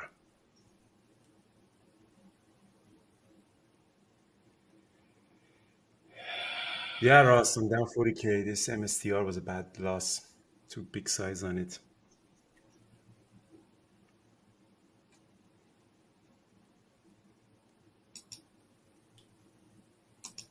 Every time that I think the market is amazing, I'm gonna, have a bad loss on it. Mara sold off. Yeah, the volatility is unbelievable, honestly, in market. MSTR is setting off. It's gonna go red. MSTR is sold at 10%. Jesus, man.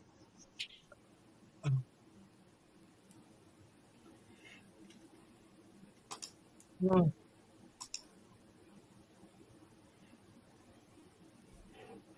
MSTX is hitting the scanner. What is that one, MSTX? The finance daily target. What is that? MST. Oh, it's the MSTX is the 2 times of MSTR. It's interesting. I didn't know that MSTR has also the leverage ETF. Jeez. Apparently. When did it came on? Yeah. That's a new one. Recent.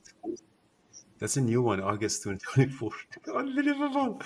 This is crazy. Now we are so back. So if you want to invest in Bitcoin, like MSTR is a company that's holding. Is it part of S&P 500? I don't think it's part of S&P 500. No, I don't think so. You're better off if you really want to be part of the Bitcoin thing. Just find an ETF. You don't have the wallet, the danger of losing your Bitcoins, and you don't have to manage the wallet and all the rest of that. Just a cleaner way to do it.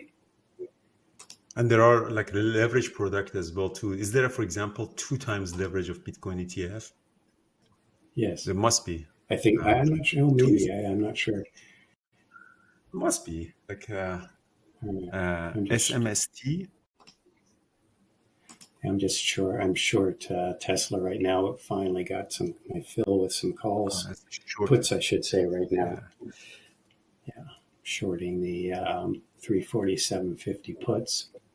Not shorting the puts. I'm long the puts, which puts me short. Already covered some. It must be 2 times Bitcoin. BITX is the 2 times. I think BITX is the 2 times leverage of volatility share, trust, Bitcoin 2 times. Yeah. Chart must be crazy, lagged from 30 to 61. Yeah, BITX is interesting too. I should have bought some BITX after the election. If you're also Canadian, came that White House is going to have the first crypto liaison. So maybe that's the one that obviously yeah. If you're Canadian, if you're Canadian, there's this Purpose Bitcoin ETF, BTCC. I don't know if I'd get into it now. I've been holding it for over a week now. SMCI. SMCI is a nightmare too. All right, so NVDA went down. Get a loss on NVDA. STR is might go red. Energy's been coming back up.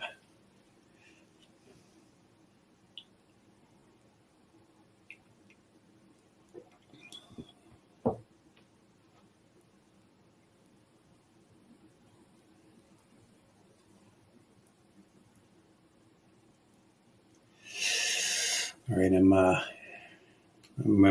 out of these puts. Rest a few less I had were. MSTR will go red. Yeah, Tesla might drop more. I don't know. Yeah, nice move. Wow, MSTR. It's going to go down to PDC. Might be a good long there if you really wanted to catch a knife.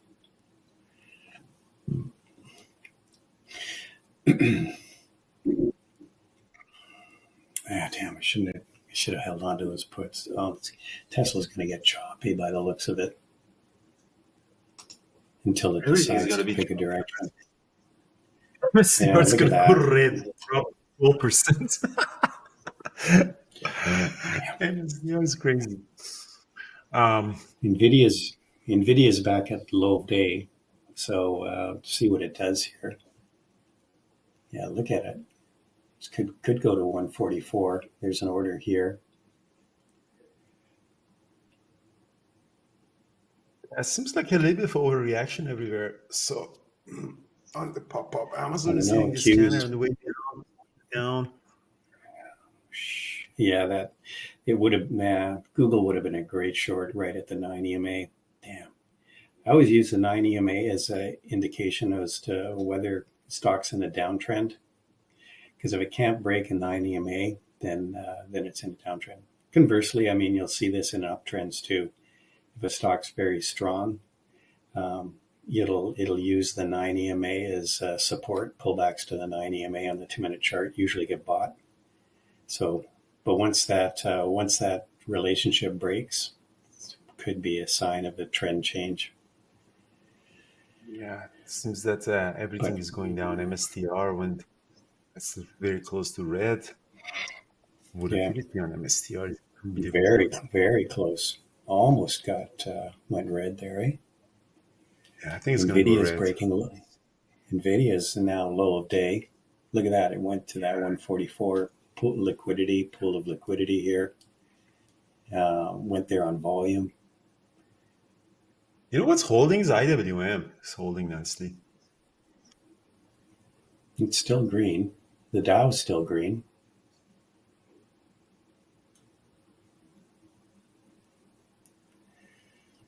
Shite. Tesla's going to go. Tesla's back at PDC.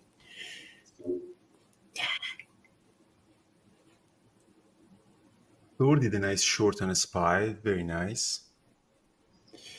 Thor's the man. All right, MSTR is dropping 460. Oh, it's gone red. Yeah, I'm betting. Red. Jared's short now, I'm guessing. Looking at NVDA, see what NVDA is going to do.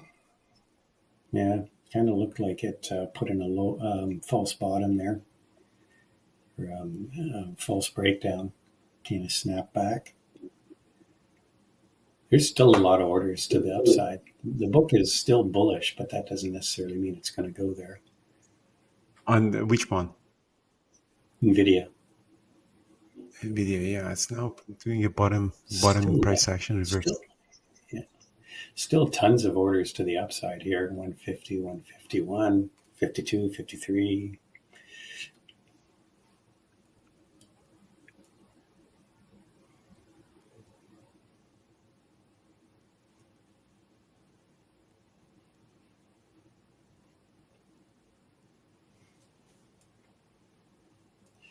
Oh, Jared did actually go short.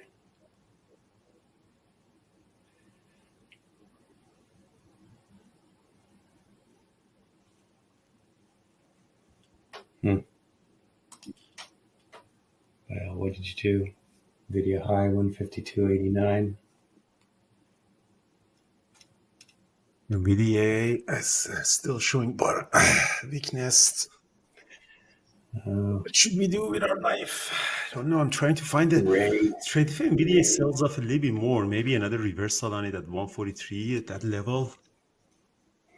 What happened at 8 o'clock that everything started rallying? Because the NVDA was red. 8 o'clock. We didn't really have anything. We had jobless claims. We're having jobless claims at 8:30. And then we've got existing home sales. We already had them, and leading economic indicators. So those numbers have already come out. So NVDA is coming down. We're gonna get. I might get a long on NVDA if it hits this 142.75 level. S4 is at 136, huh?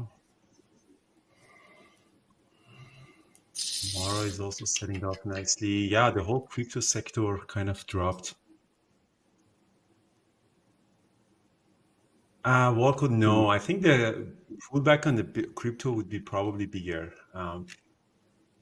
Like it has to come around 92,000, 86,000, back to the moving averages on a daily chart. This is nothing. 1-2% drop in Bitcoin is nothing. Yeah. It's a very volatile asset. So. Yeah, totally. I remember, guys, I had serious FOMO. I told you yesterday it could go to 100,000. It was trading at 89, 90,000. So it popped up 8%. But, we've seen these cycles over and over and over. And the financial market has always been like that. Like this is at least the third one that I saw. The 2018, 2022, 2021, and now this one. We had also this mini mania as well. It always comes back down. Yeah. It's what you talk about, the reversion to the mean. Stuff can't stay really super, can't stay super extended forever. Reversion to the mean is as certain as gravity. See if NVDA comes below 143, I might take a long again on it.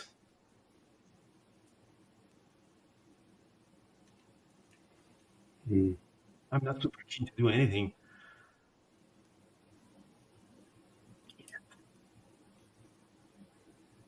MSTR on the red, or 60s.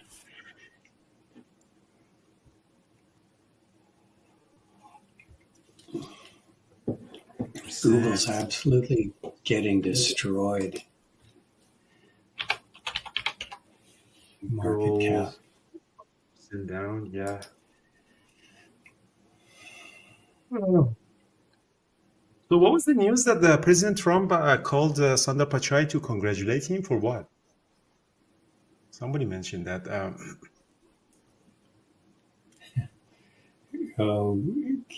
Trump called President Xi? You mean the Chinese guy? No, the good Sundar Pichai, the CEO of Google. Oh. All right, I'm going to get a long NVIDIA here at 144. This bounce looks like it's a bounce. Getting a long here at 144. The target would be, let's see if we can get to the previous day close. Adding a little bit more on that. Let's make those losses back at least. 145 would be nice. Now closes as these 5 minutes. Might close as a doji in 45 seconds.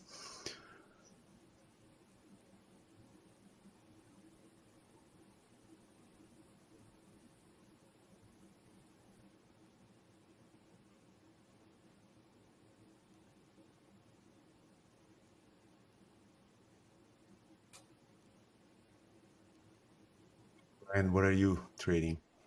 You're quiet. I'm not in anything. I'm not in anything right now. I'm trying to figure out. I'm trying to figure out why Google's down so much. This PDD.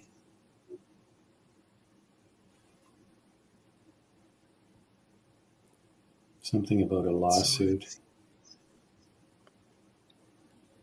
NVIDIA might be trying to find a bottom here, but there is some order sitting here at 143. Right, so I'm adding a little bit more on NVDA. Let's see what NVDA is going to do.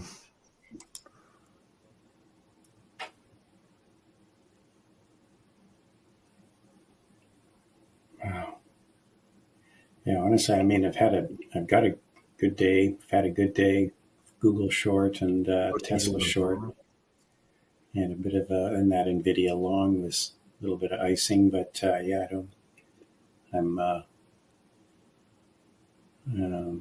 I'm just looking for a trade where I'm not going to give back money to Mr. Market. Mr. Market is I took my money for sure today. Yeah. Let's see if NVIDIA is doing a bounce or not. Probably not. I'm trying to figure out where is anybody in the room still short Google? Man. Oh, okay. DOJ wants them to spin off Chrome. Yeah. See, they do want to break them up. The DOJ is going to be under new leadership. Should people be worried? Because it's not going to be the same DOJ as this one.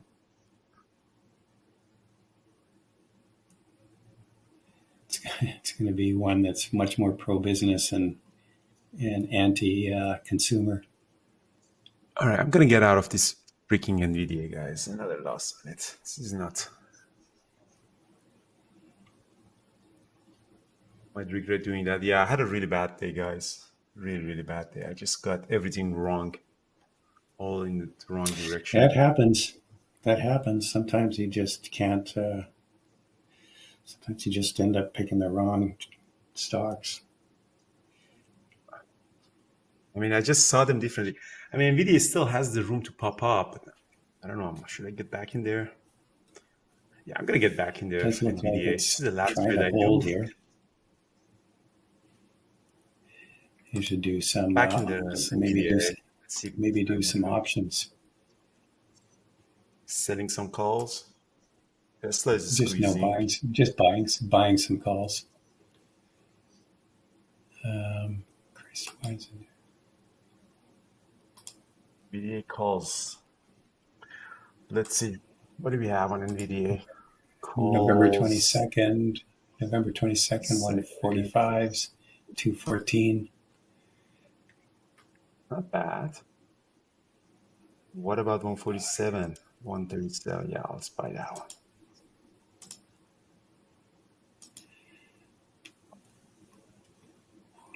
Yeah, 147, $1.35. I don't want to chase it now. Markets are bouncing. Ooh, look at Tesla just came ripping back. Yeah, Tesla with heavy volume too. Tesla could be interesting long game. Yeah, volume picked up. Stuff.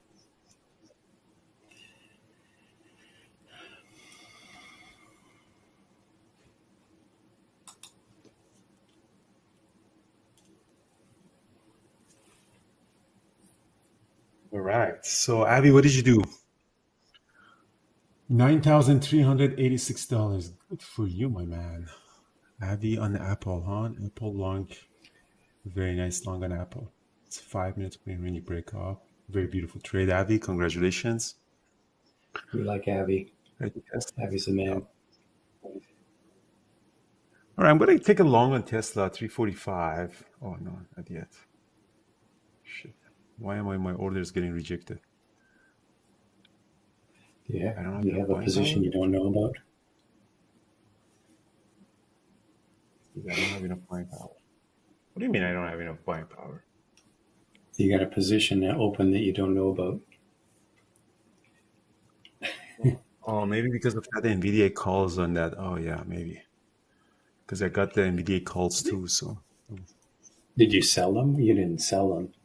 No, You bought them, right? I bought them. But you need to have the buying power to cover them, huh? 100 contracts, yeah. I wouldn't. No, well, not if you bought them. They're just like a long trade. That's weird. But shouldn't you have at least 30% of the buying power or something like that? Yeah. No, because yeah, you're probably right. Yes. I think you should have some sort of a buying power in there, huh? Well, you have to have. I think because you can't unless you're buying them with cash. In a cash account, you got to have the whole amount. Let's see if NVDA is going to pop up. MSTR is. Okay, I'm long some 147 calls just to be part of history. 480.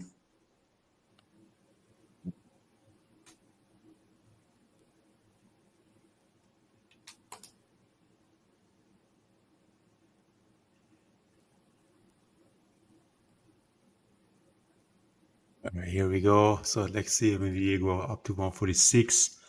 Market is really bouncing back.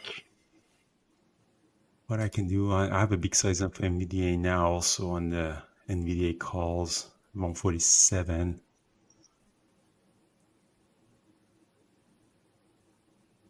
Let me get this partial sum. Let me get that $10,000 loss back from it.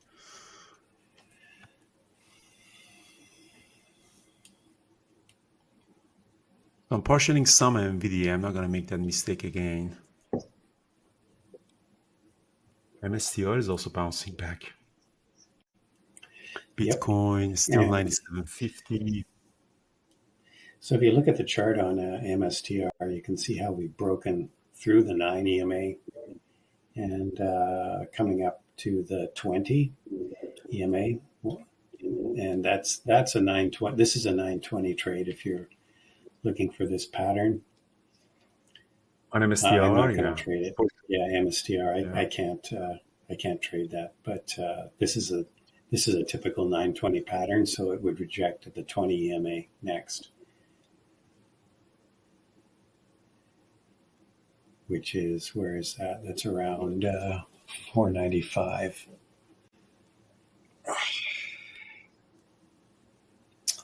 Coming down a bit on NVIDIA.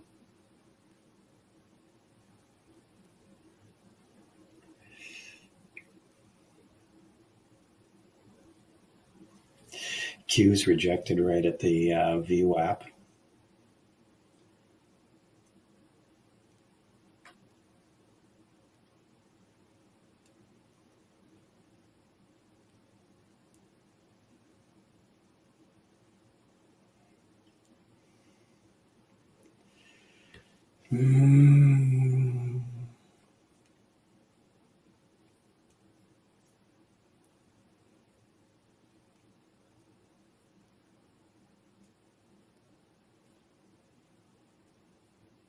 This is very interesting. Let's see if NVIDIA can hold or not. Excellent. Very nice, guys. Jason, very nice comments. Thanks for sharing your thoughts about our moderators. Very nice.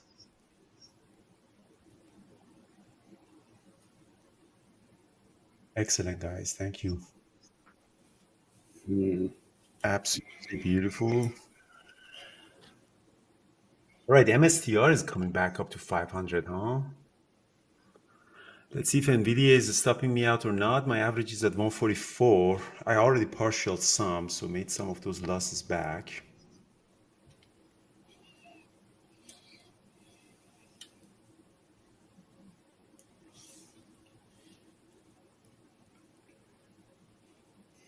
Tesla rejected again.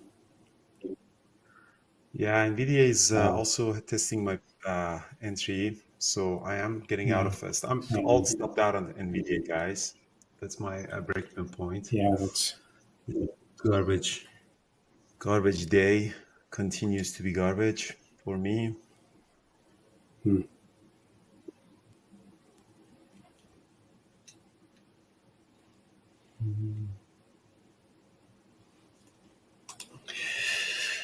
Florida Trader. How did you do?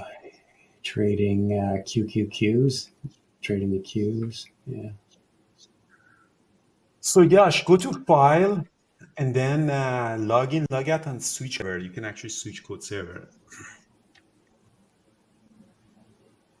And that's it did fix it for me. Sometimes that helps. So Ellie, nice trading on NVIDIA. Wow, Christmas tree. Lots of buys and sells. As I'll be back in a second, Brian. Okay. Nice trade on Meta by BT, who appears to be a dog.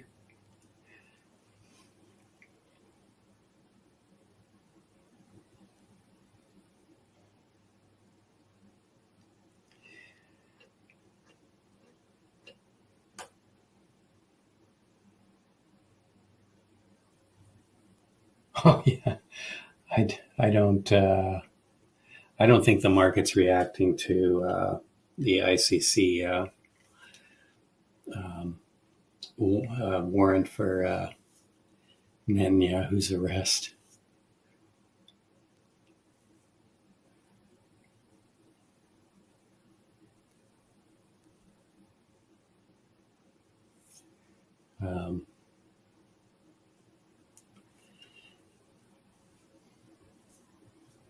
So many geopolitical things going on right now with Ukraine and Russia and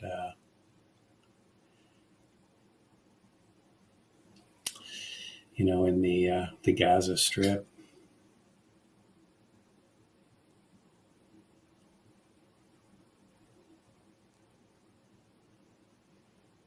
It just doesn't seem like the market. It really matters much to the market.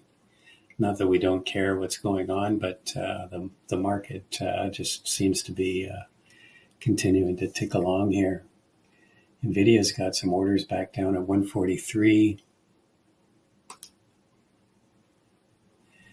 I am long some energy. I got long some. Actually, I'm trading my Canadian accounts, but I'm long some an ETF, an energy ETF right now, because energy's being affected by a lot of these conflicts right now. I think energy's sort of been coming up in the last couple of weeks here, been showing up on my if you watch my swing trade videos, I always look at what groups are performing and what groups. So it kind of tells you where money's rotating into and out of. And energy's been sort of top of the list here for a couple of weeks. Anybody didn't get a chance to short NVIDIA on that sell-off. Damn. Back down to low of day. Back down to yesterday's low. Qs again. There's sellers here in this market. Tesla just dropped again. It's definitely some selling pressure today.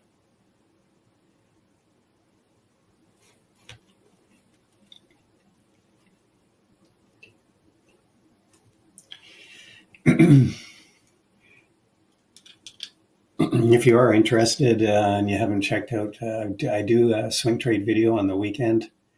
It's on YouTube. Just search for me, Brian Pesum. You can. It's free. Just go over the markets, what happened in the previous week, and I do kind of a look ahead. Also, some of the stocks I'm watching this week for the coming week for possible entries. I did take an entry on XLV, which was one of my picks last weekend. So just based on an oversold condition. Yeah, God. NVIDIA is still more downside here.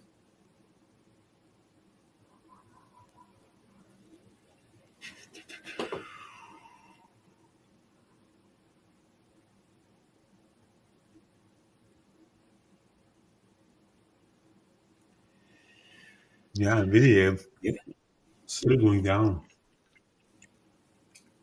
Yeah. Yeah, I mean, we were talking about this yesterday. The market is really it's valued for what they call perfection, like a soft landing or whatever you want to call it. Everything going according to economic plan here, but the price to earnings on all these companies is very high from a historical level. So, there's, it's not unreasonable to see some pullbacks here after the run up we've had. Man, NVIDIA is still,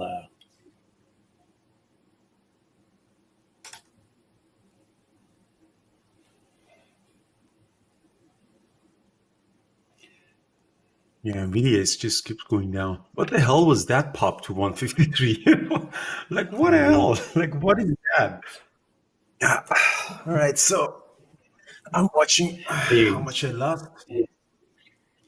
You can sell some 150 puts on NVIDIA and get almost $8 for them, and they're expiring tomorrow.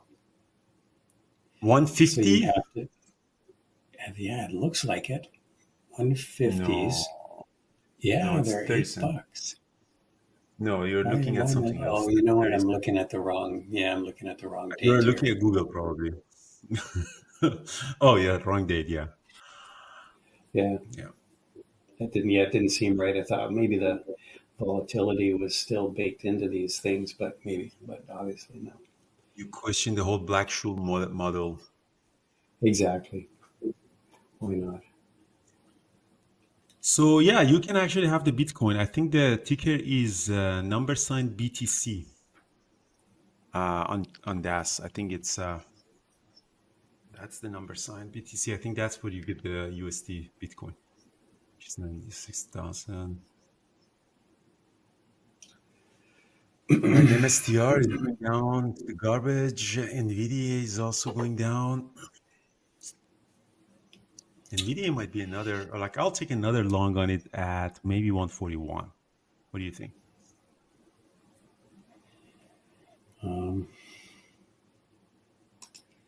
Where would be a good place to go long? Yeah, on a 60-minute chart, 141 would be a possible area. Yeah, better entry would be. So, yeah, better entry would be 140.50, but I don't know if we're going to get there. There is a big order at 140 here. Yeah, a lot of people say that Bookmap 140 could be interesting. S3 is at 139.40. They might go in there. Yeah, it looks like super weak now, NVIDIA. Yeah, I might sell off all day. Could be a good reversal setting up near S3. No, I think that, wow, man, oh man, look at this thing go.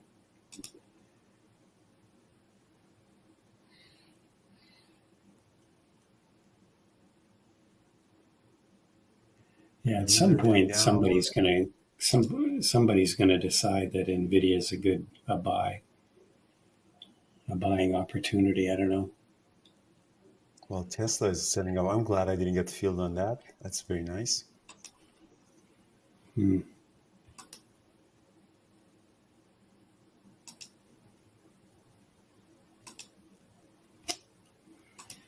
Okay.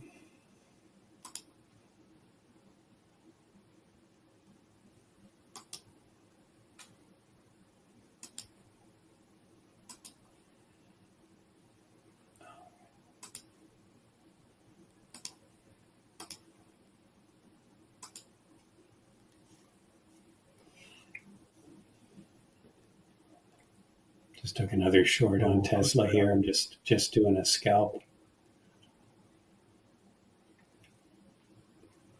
It's going to do is 141, maybe. Yeah. Wow. Daily chart on NVDA is very interesting. Look at Google's finding another low here. It just could not get above the 9 EMA. MSTR is down 4%, so today has been down like 15%. It was up like 550. Now it's just setting off. See, I told you guys, we got to be careful. These gap ups can sell off significantly. So, I know it's super exciting to jump on something when is hitting the news, but it's often too late. Qs are down 1%. Yeah. What's the Qs look like on the daily charts? Huh?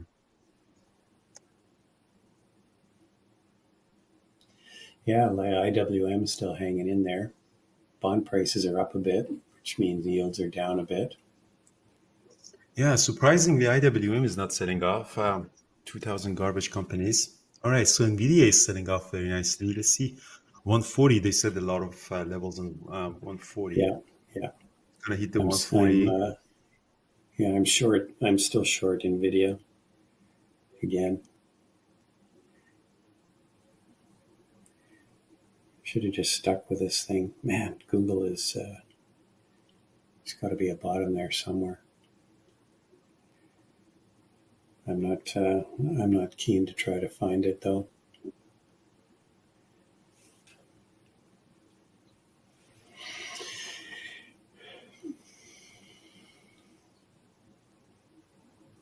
NVIDIA is hitting some sort of a support.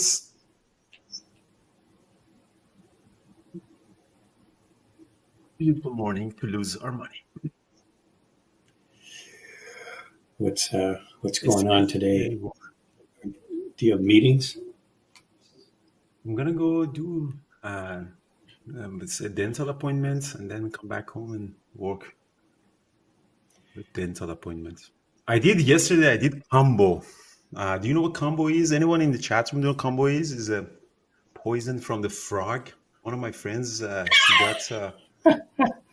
got yeah, well, let me tell you, it's a funny story.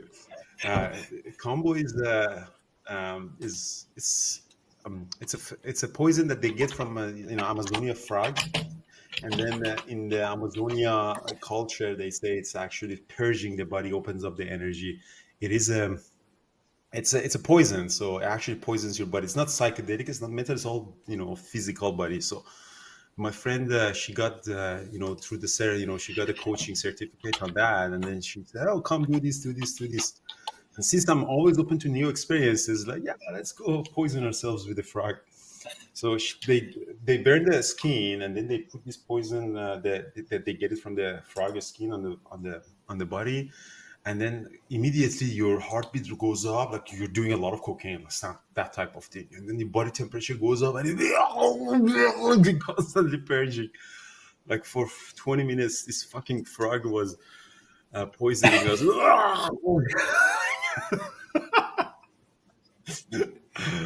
So, and then she was, let me add more. Okay, let me put you the link here.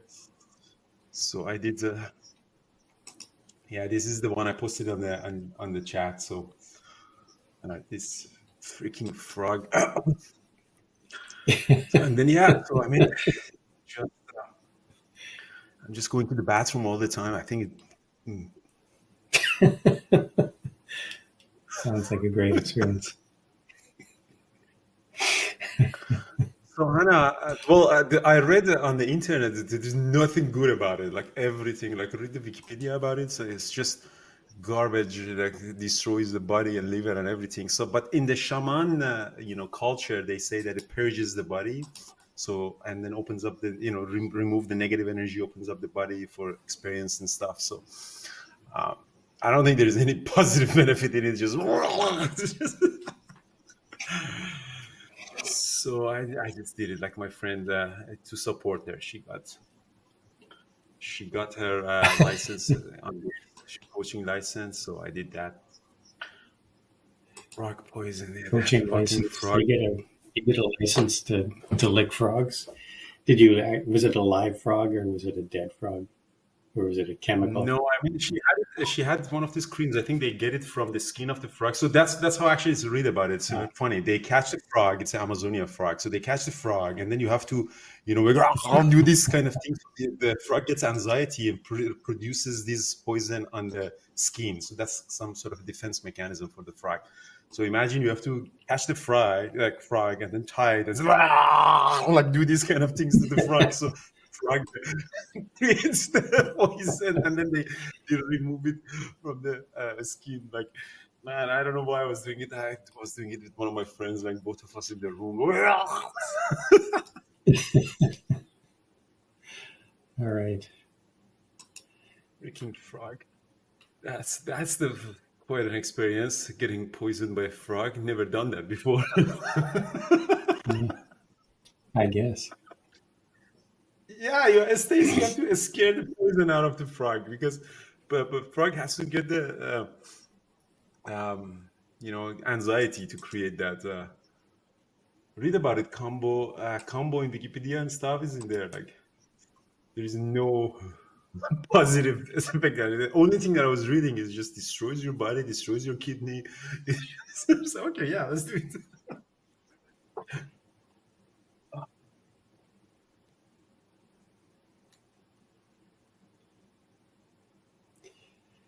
Oh yeah, that was the scenario. Well, let's see. Like, got a bit of a bounce.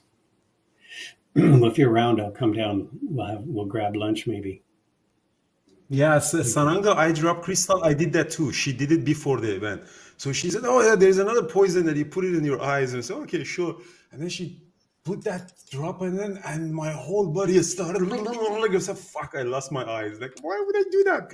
Like, it was crazy. Yeah, that was quite a ceremony. Like,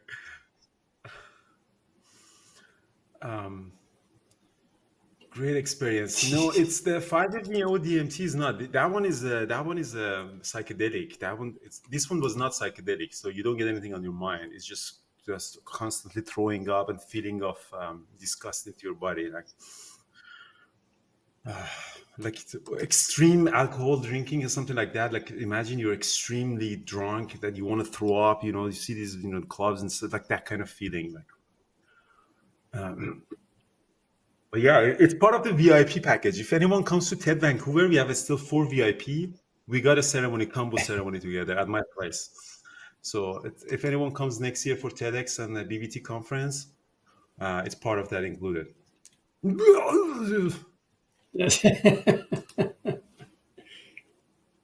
Awesome.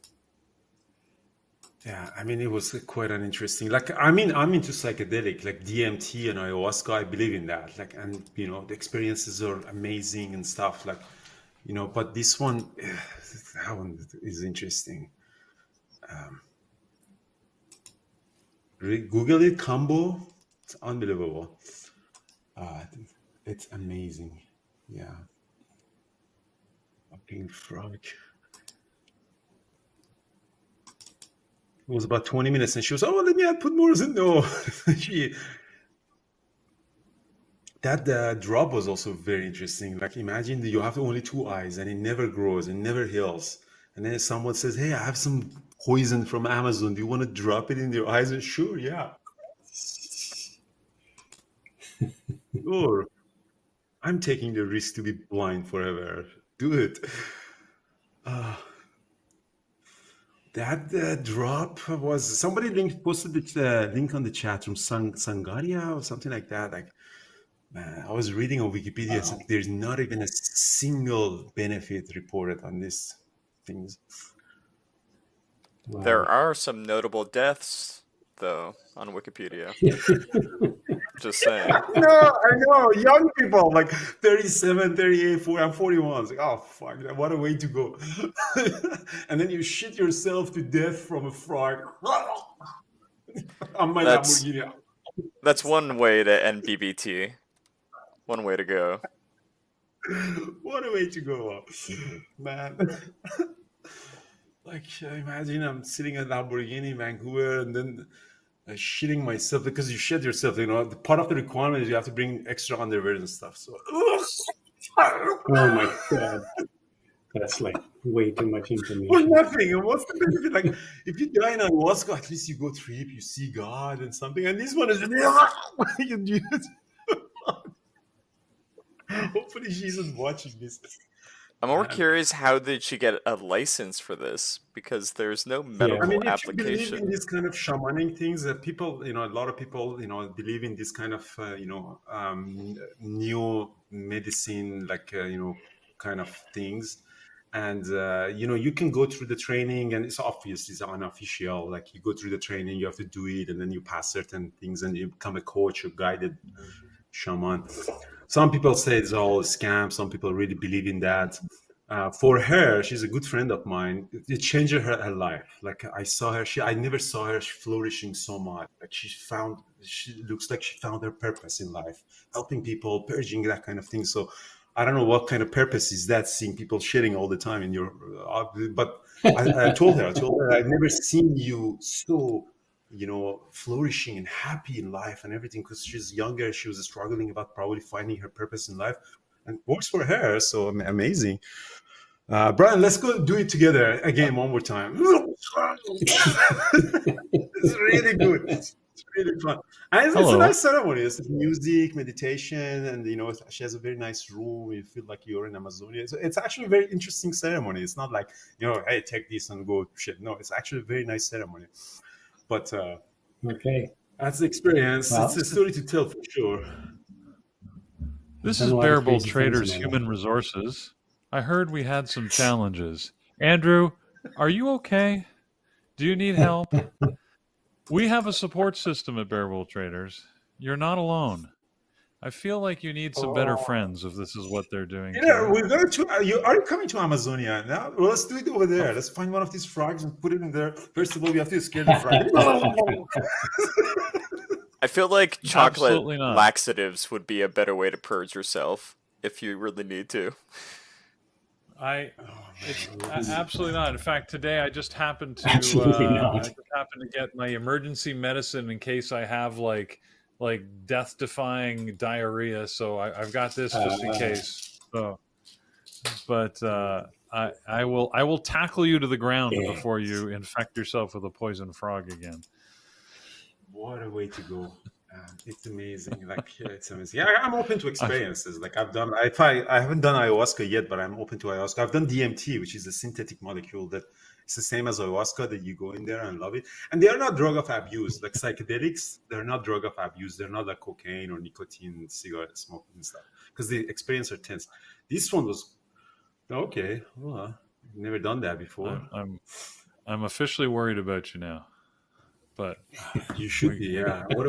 Like, imagine, guys, if I die right now on my Wikipedia, don't die that. No, actually, right. That this guy started from zero, made a lot of things, bought a Lamborghini, and died from a frog. That's a good story. I'm partying hard. Who gets the Lambo? I do. Yeah, and he never got to drive his Lambo.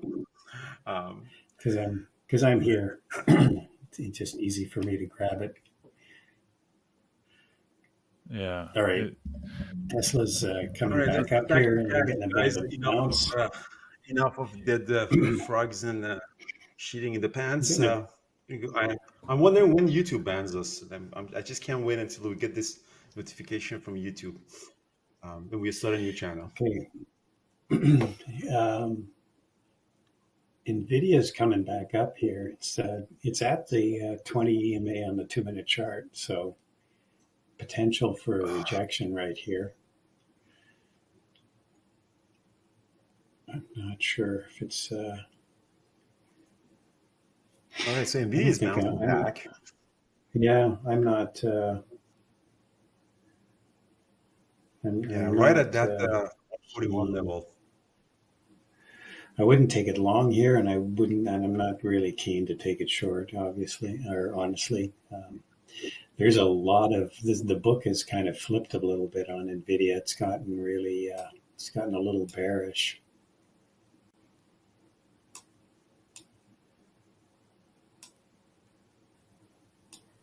Let's just see here.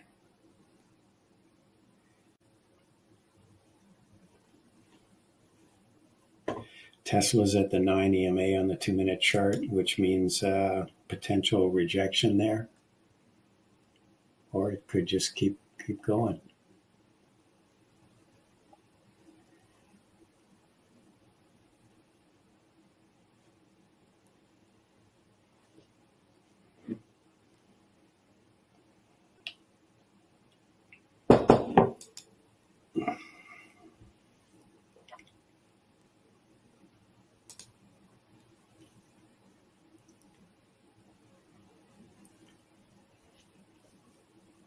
You don't like Porsche? No, I think Porsche are for rich people. Like Careful. Peter. Rich old people. Yeah. Lamborghini is for young entrepreneurs. I made it like new money 2 days ago. That's the Lamborghini. Porsche is for old money, like Bentley and Rolls Royce and stuff. It's like Peter. I was going to say careful. Peter's a Porsche guy. He's I can feel his blood boiling already. Yeah, no, Peter, it's like old money, like Peter. They drop Porsche, young people who just got into the money, like crypto guys, crypto bros, Andrew Aziz, we drive Lamborghini.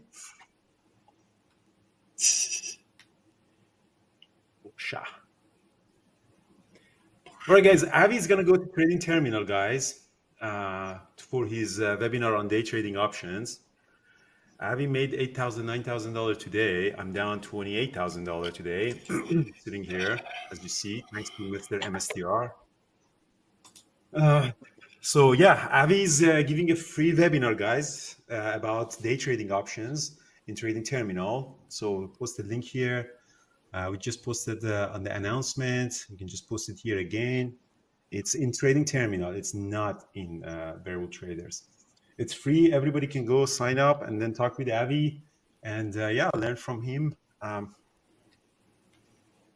until we poison ourselves with another thing. You can listen to Avi. Something else.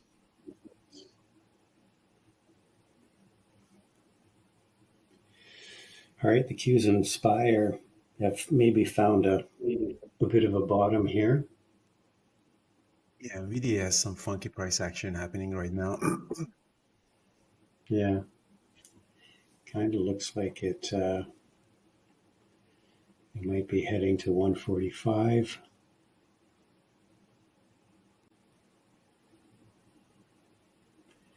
There's really no liquidity in that area. So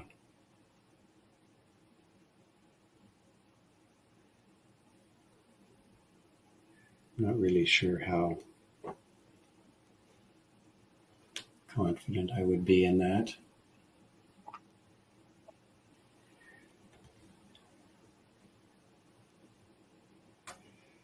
We're definitely getting some bounces on some of the stocks. MSTR bouncing, kind of put in a bit of a double bottom there.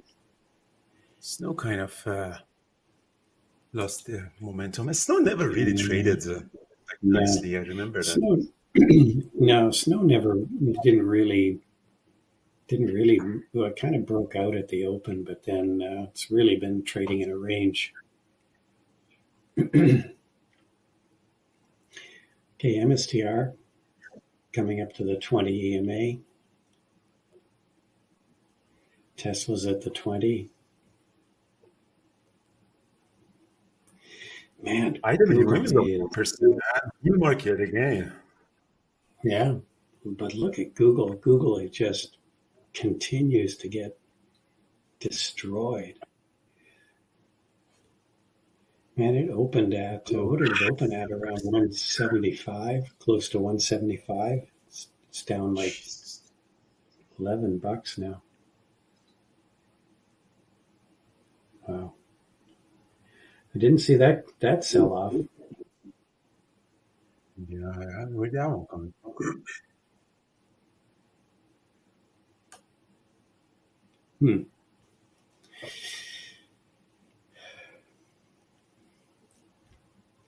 At some point, Google's a buy. I mean, it is. Where's another level here? Maybe 160. Here, that's the frog, by the way. You can show Brent. You can show this on the YouTube.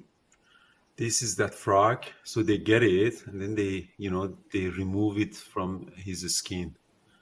Piece of garbage, and then they burn your skin.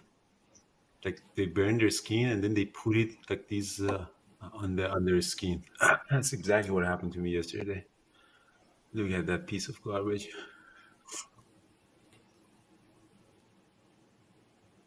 Yeah, we're gonna find this. It doesn't look happy. No, it's not. It's fucking fuck with you, Peter. We're gonna find this in Amazonia, and we're gonna do that because we are going to Amazonia. So. I'm just wondering. I'm wondering if you can talk Megan into doing it. She's a vegetarian, but I don't know if. There you go. That's from nature. If you like nature, this is from nature. Yeah. Oh, look at Jared took a nice long on MSTR. That was a nice. Actually, that was a nice setup. That second pullback made a higher low. Yeah, that was a nice move back up. What's AMD doing? AMD lost momentum. AMD is not really anymore.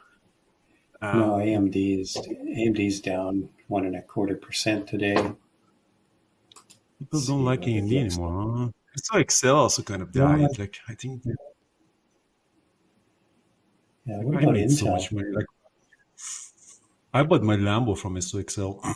I wanted to get a plate for SOXL. It wasn't available. Who bought SOXL plate in Alberta? Like I don't know. Nothing was available in Alberta. BBT, PCT, VWAP, TQQ, SQQ.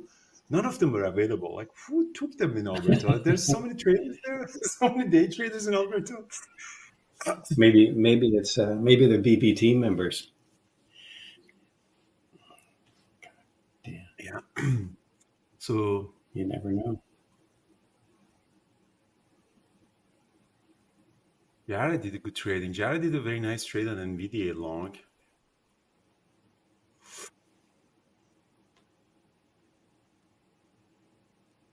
Guys, next week, Friday, I'm going to go to Colombia. We have a really good retreat in Colombia. Obviously, we're going to go to Amazonia after this to find that frog. Find the frog. Yeah, it's coming up fast. Yeah, it's going to be super fun. Also, guys, Vancouver meetup. Love everybody to come. We have, I think, about 50 people sign up. There are 4 VIP left. That includes a lot of things, including coming doing frog in my apartment. Frog thing included. Doing the frog that would thing. Be very nice. Yeah, doing the frog thing. And love to you guys to come. If you don't blow up your account by then. The link to Vancouver, yes, I'm going to send you the link. It's on the homepage of our website. You go there, but I can send it to you here if you want.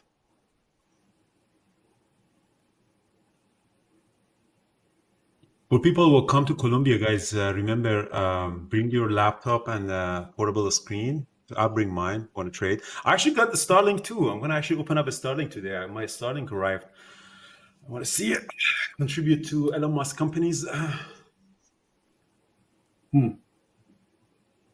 It's actually, let's open it here. Let's do a package.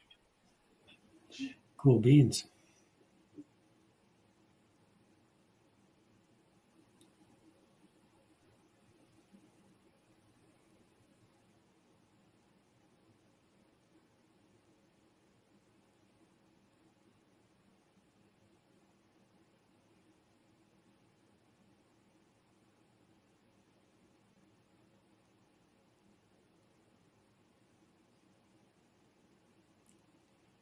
seeing what NVIDIA is going to do here.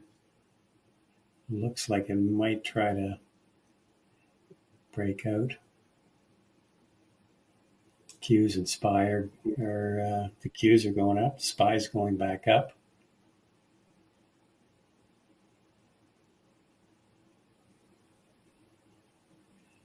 So maybe NVIDIA will follow suit.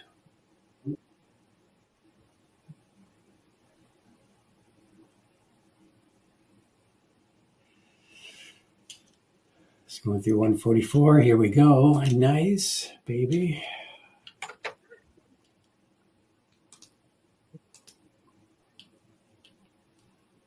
This is some serious packaging. Like, you can't even open it, man.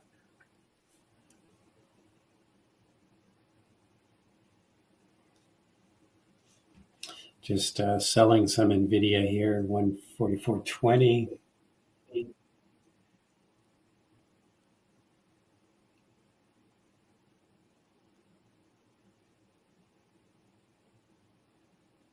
Let's see if we can get to 145 even. That would be nice. What have we got here? 144. Maybe I'll front run that a bit. Maybe 144.90, 144.80.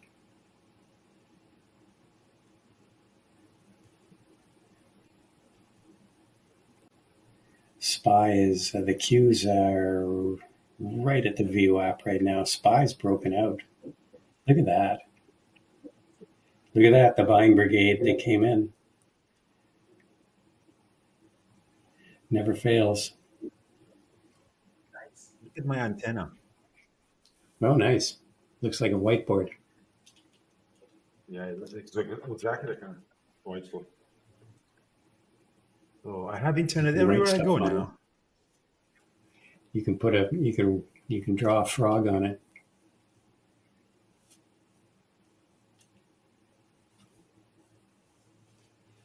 It's an antenna. Problem is getting the power. Starlink. Yeah, it's a Starlink dish. I got a Starlink. I don't know why. So how much it just needs? Is it just needs 110? Power. Just needs like no, voltage, the power is like 30 watts. 110 is the voltage. I think it's 30 watts. That's the problem. Is you can take it everywhere, but you need power. The Starlink Mini wasn't available in Canada, so maybe I should have waited for that. Maybe you could have bought it in Colombia. Yeah, I'll probably bring it for Colombia. Packaging and stuff. Put it in there. Probably bring it for Colombia. Might be useful. I go to a lot of places that I have power, but I don't have internet. That could be useful there. But the problem is this antenna is big. The Mini was. What's the voltage though? Is it 110? You need I think the voltage doesn't matter. Yeah, 110. Yeah, I think it's 110. Yeah, it doesn't matter because you can have the adapter. Yeah, sure. No, the webinar is not canceled, guys. So today there are two webinars, guys. The mentorship session, guys, with John is happening right now. Avi is also having the trading terminal webinar room, going through day trading options and how he trades. That one is free for everybody, including YouTube people. And John mentorship session is really good. John mentorship session is really good for people who want to, ask some very basic questions, like not about, technical stuff like bookmap and stuff, because it could be a little bit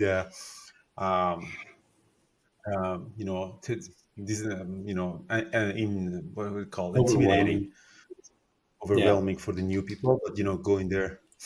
Thor is also having 4 p.m. Like today is all about mentorship. I think at 2 also we have Lenny. So there's so many mentorship webinar we have. If you go to the webinar page, like Thursday, we have so many that I lost track. So John starts right now at 11, and then Jared and Megan are at 2 p.m.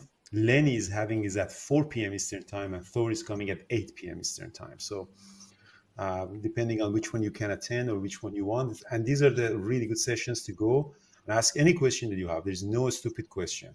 You just ask any question that you like, from the very basics.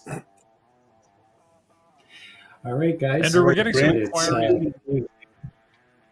Sorry, what? Over Colombia. Colombia's still sold out, right? Nobody's canceled. We don't have any open spots. Yeah, unfortunately, it's sold out. Colombia. If anyone cancels in next week, I'll let you know. But it seems that everybody is available to come. So, as a matter of fact, the last minute one person came, and I have to sleep on the sofa because we got to give the room to them. So I'm going to sleep on the sofa. But it's fun. It's better than I'm all about these experiences, like cool. Getting poisoned by frog and sleeping on a sofa. All right. Awesome, guys. Thank you so much. And all right. Yeah, sleep on the frogs. All the best. All right, guys. Back into the chat. Have a good one on YouTube. Hope you had a good day. And we'll catch you all same time tomorrow. Cheers, everybody. Cheers, everybody. We're going to come back to the chat room, the main chat room if you want.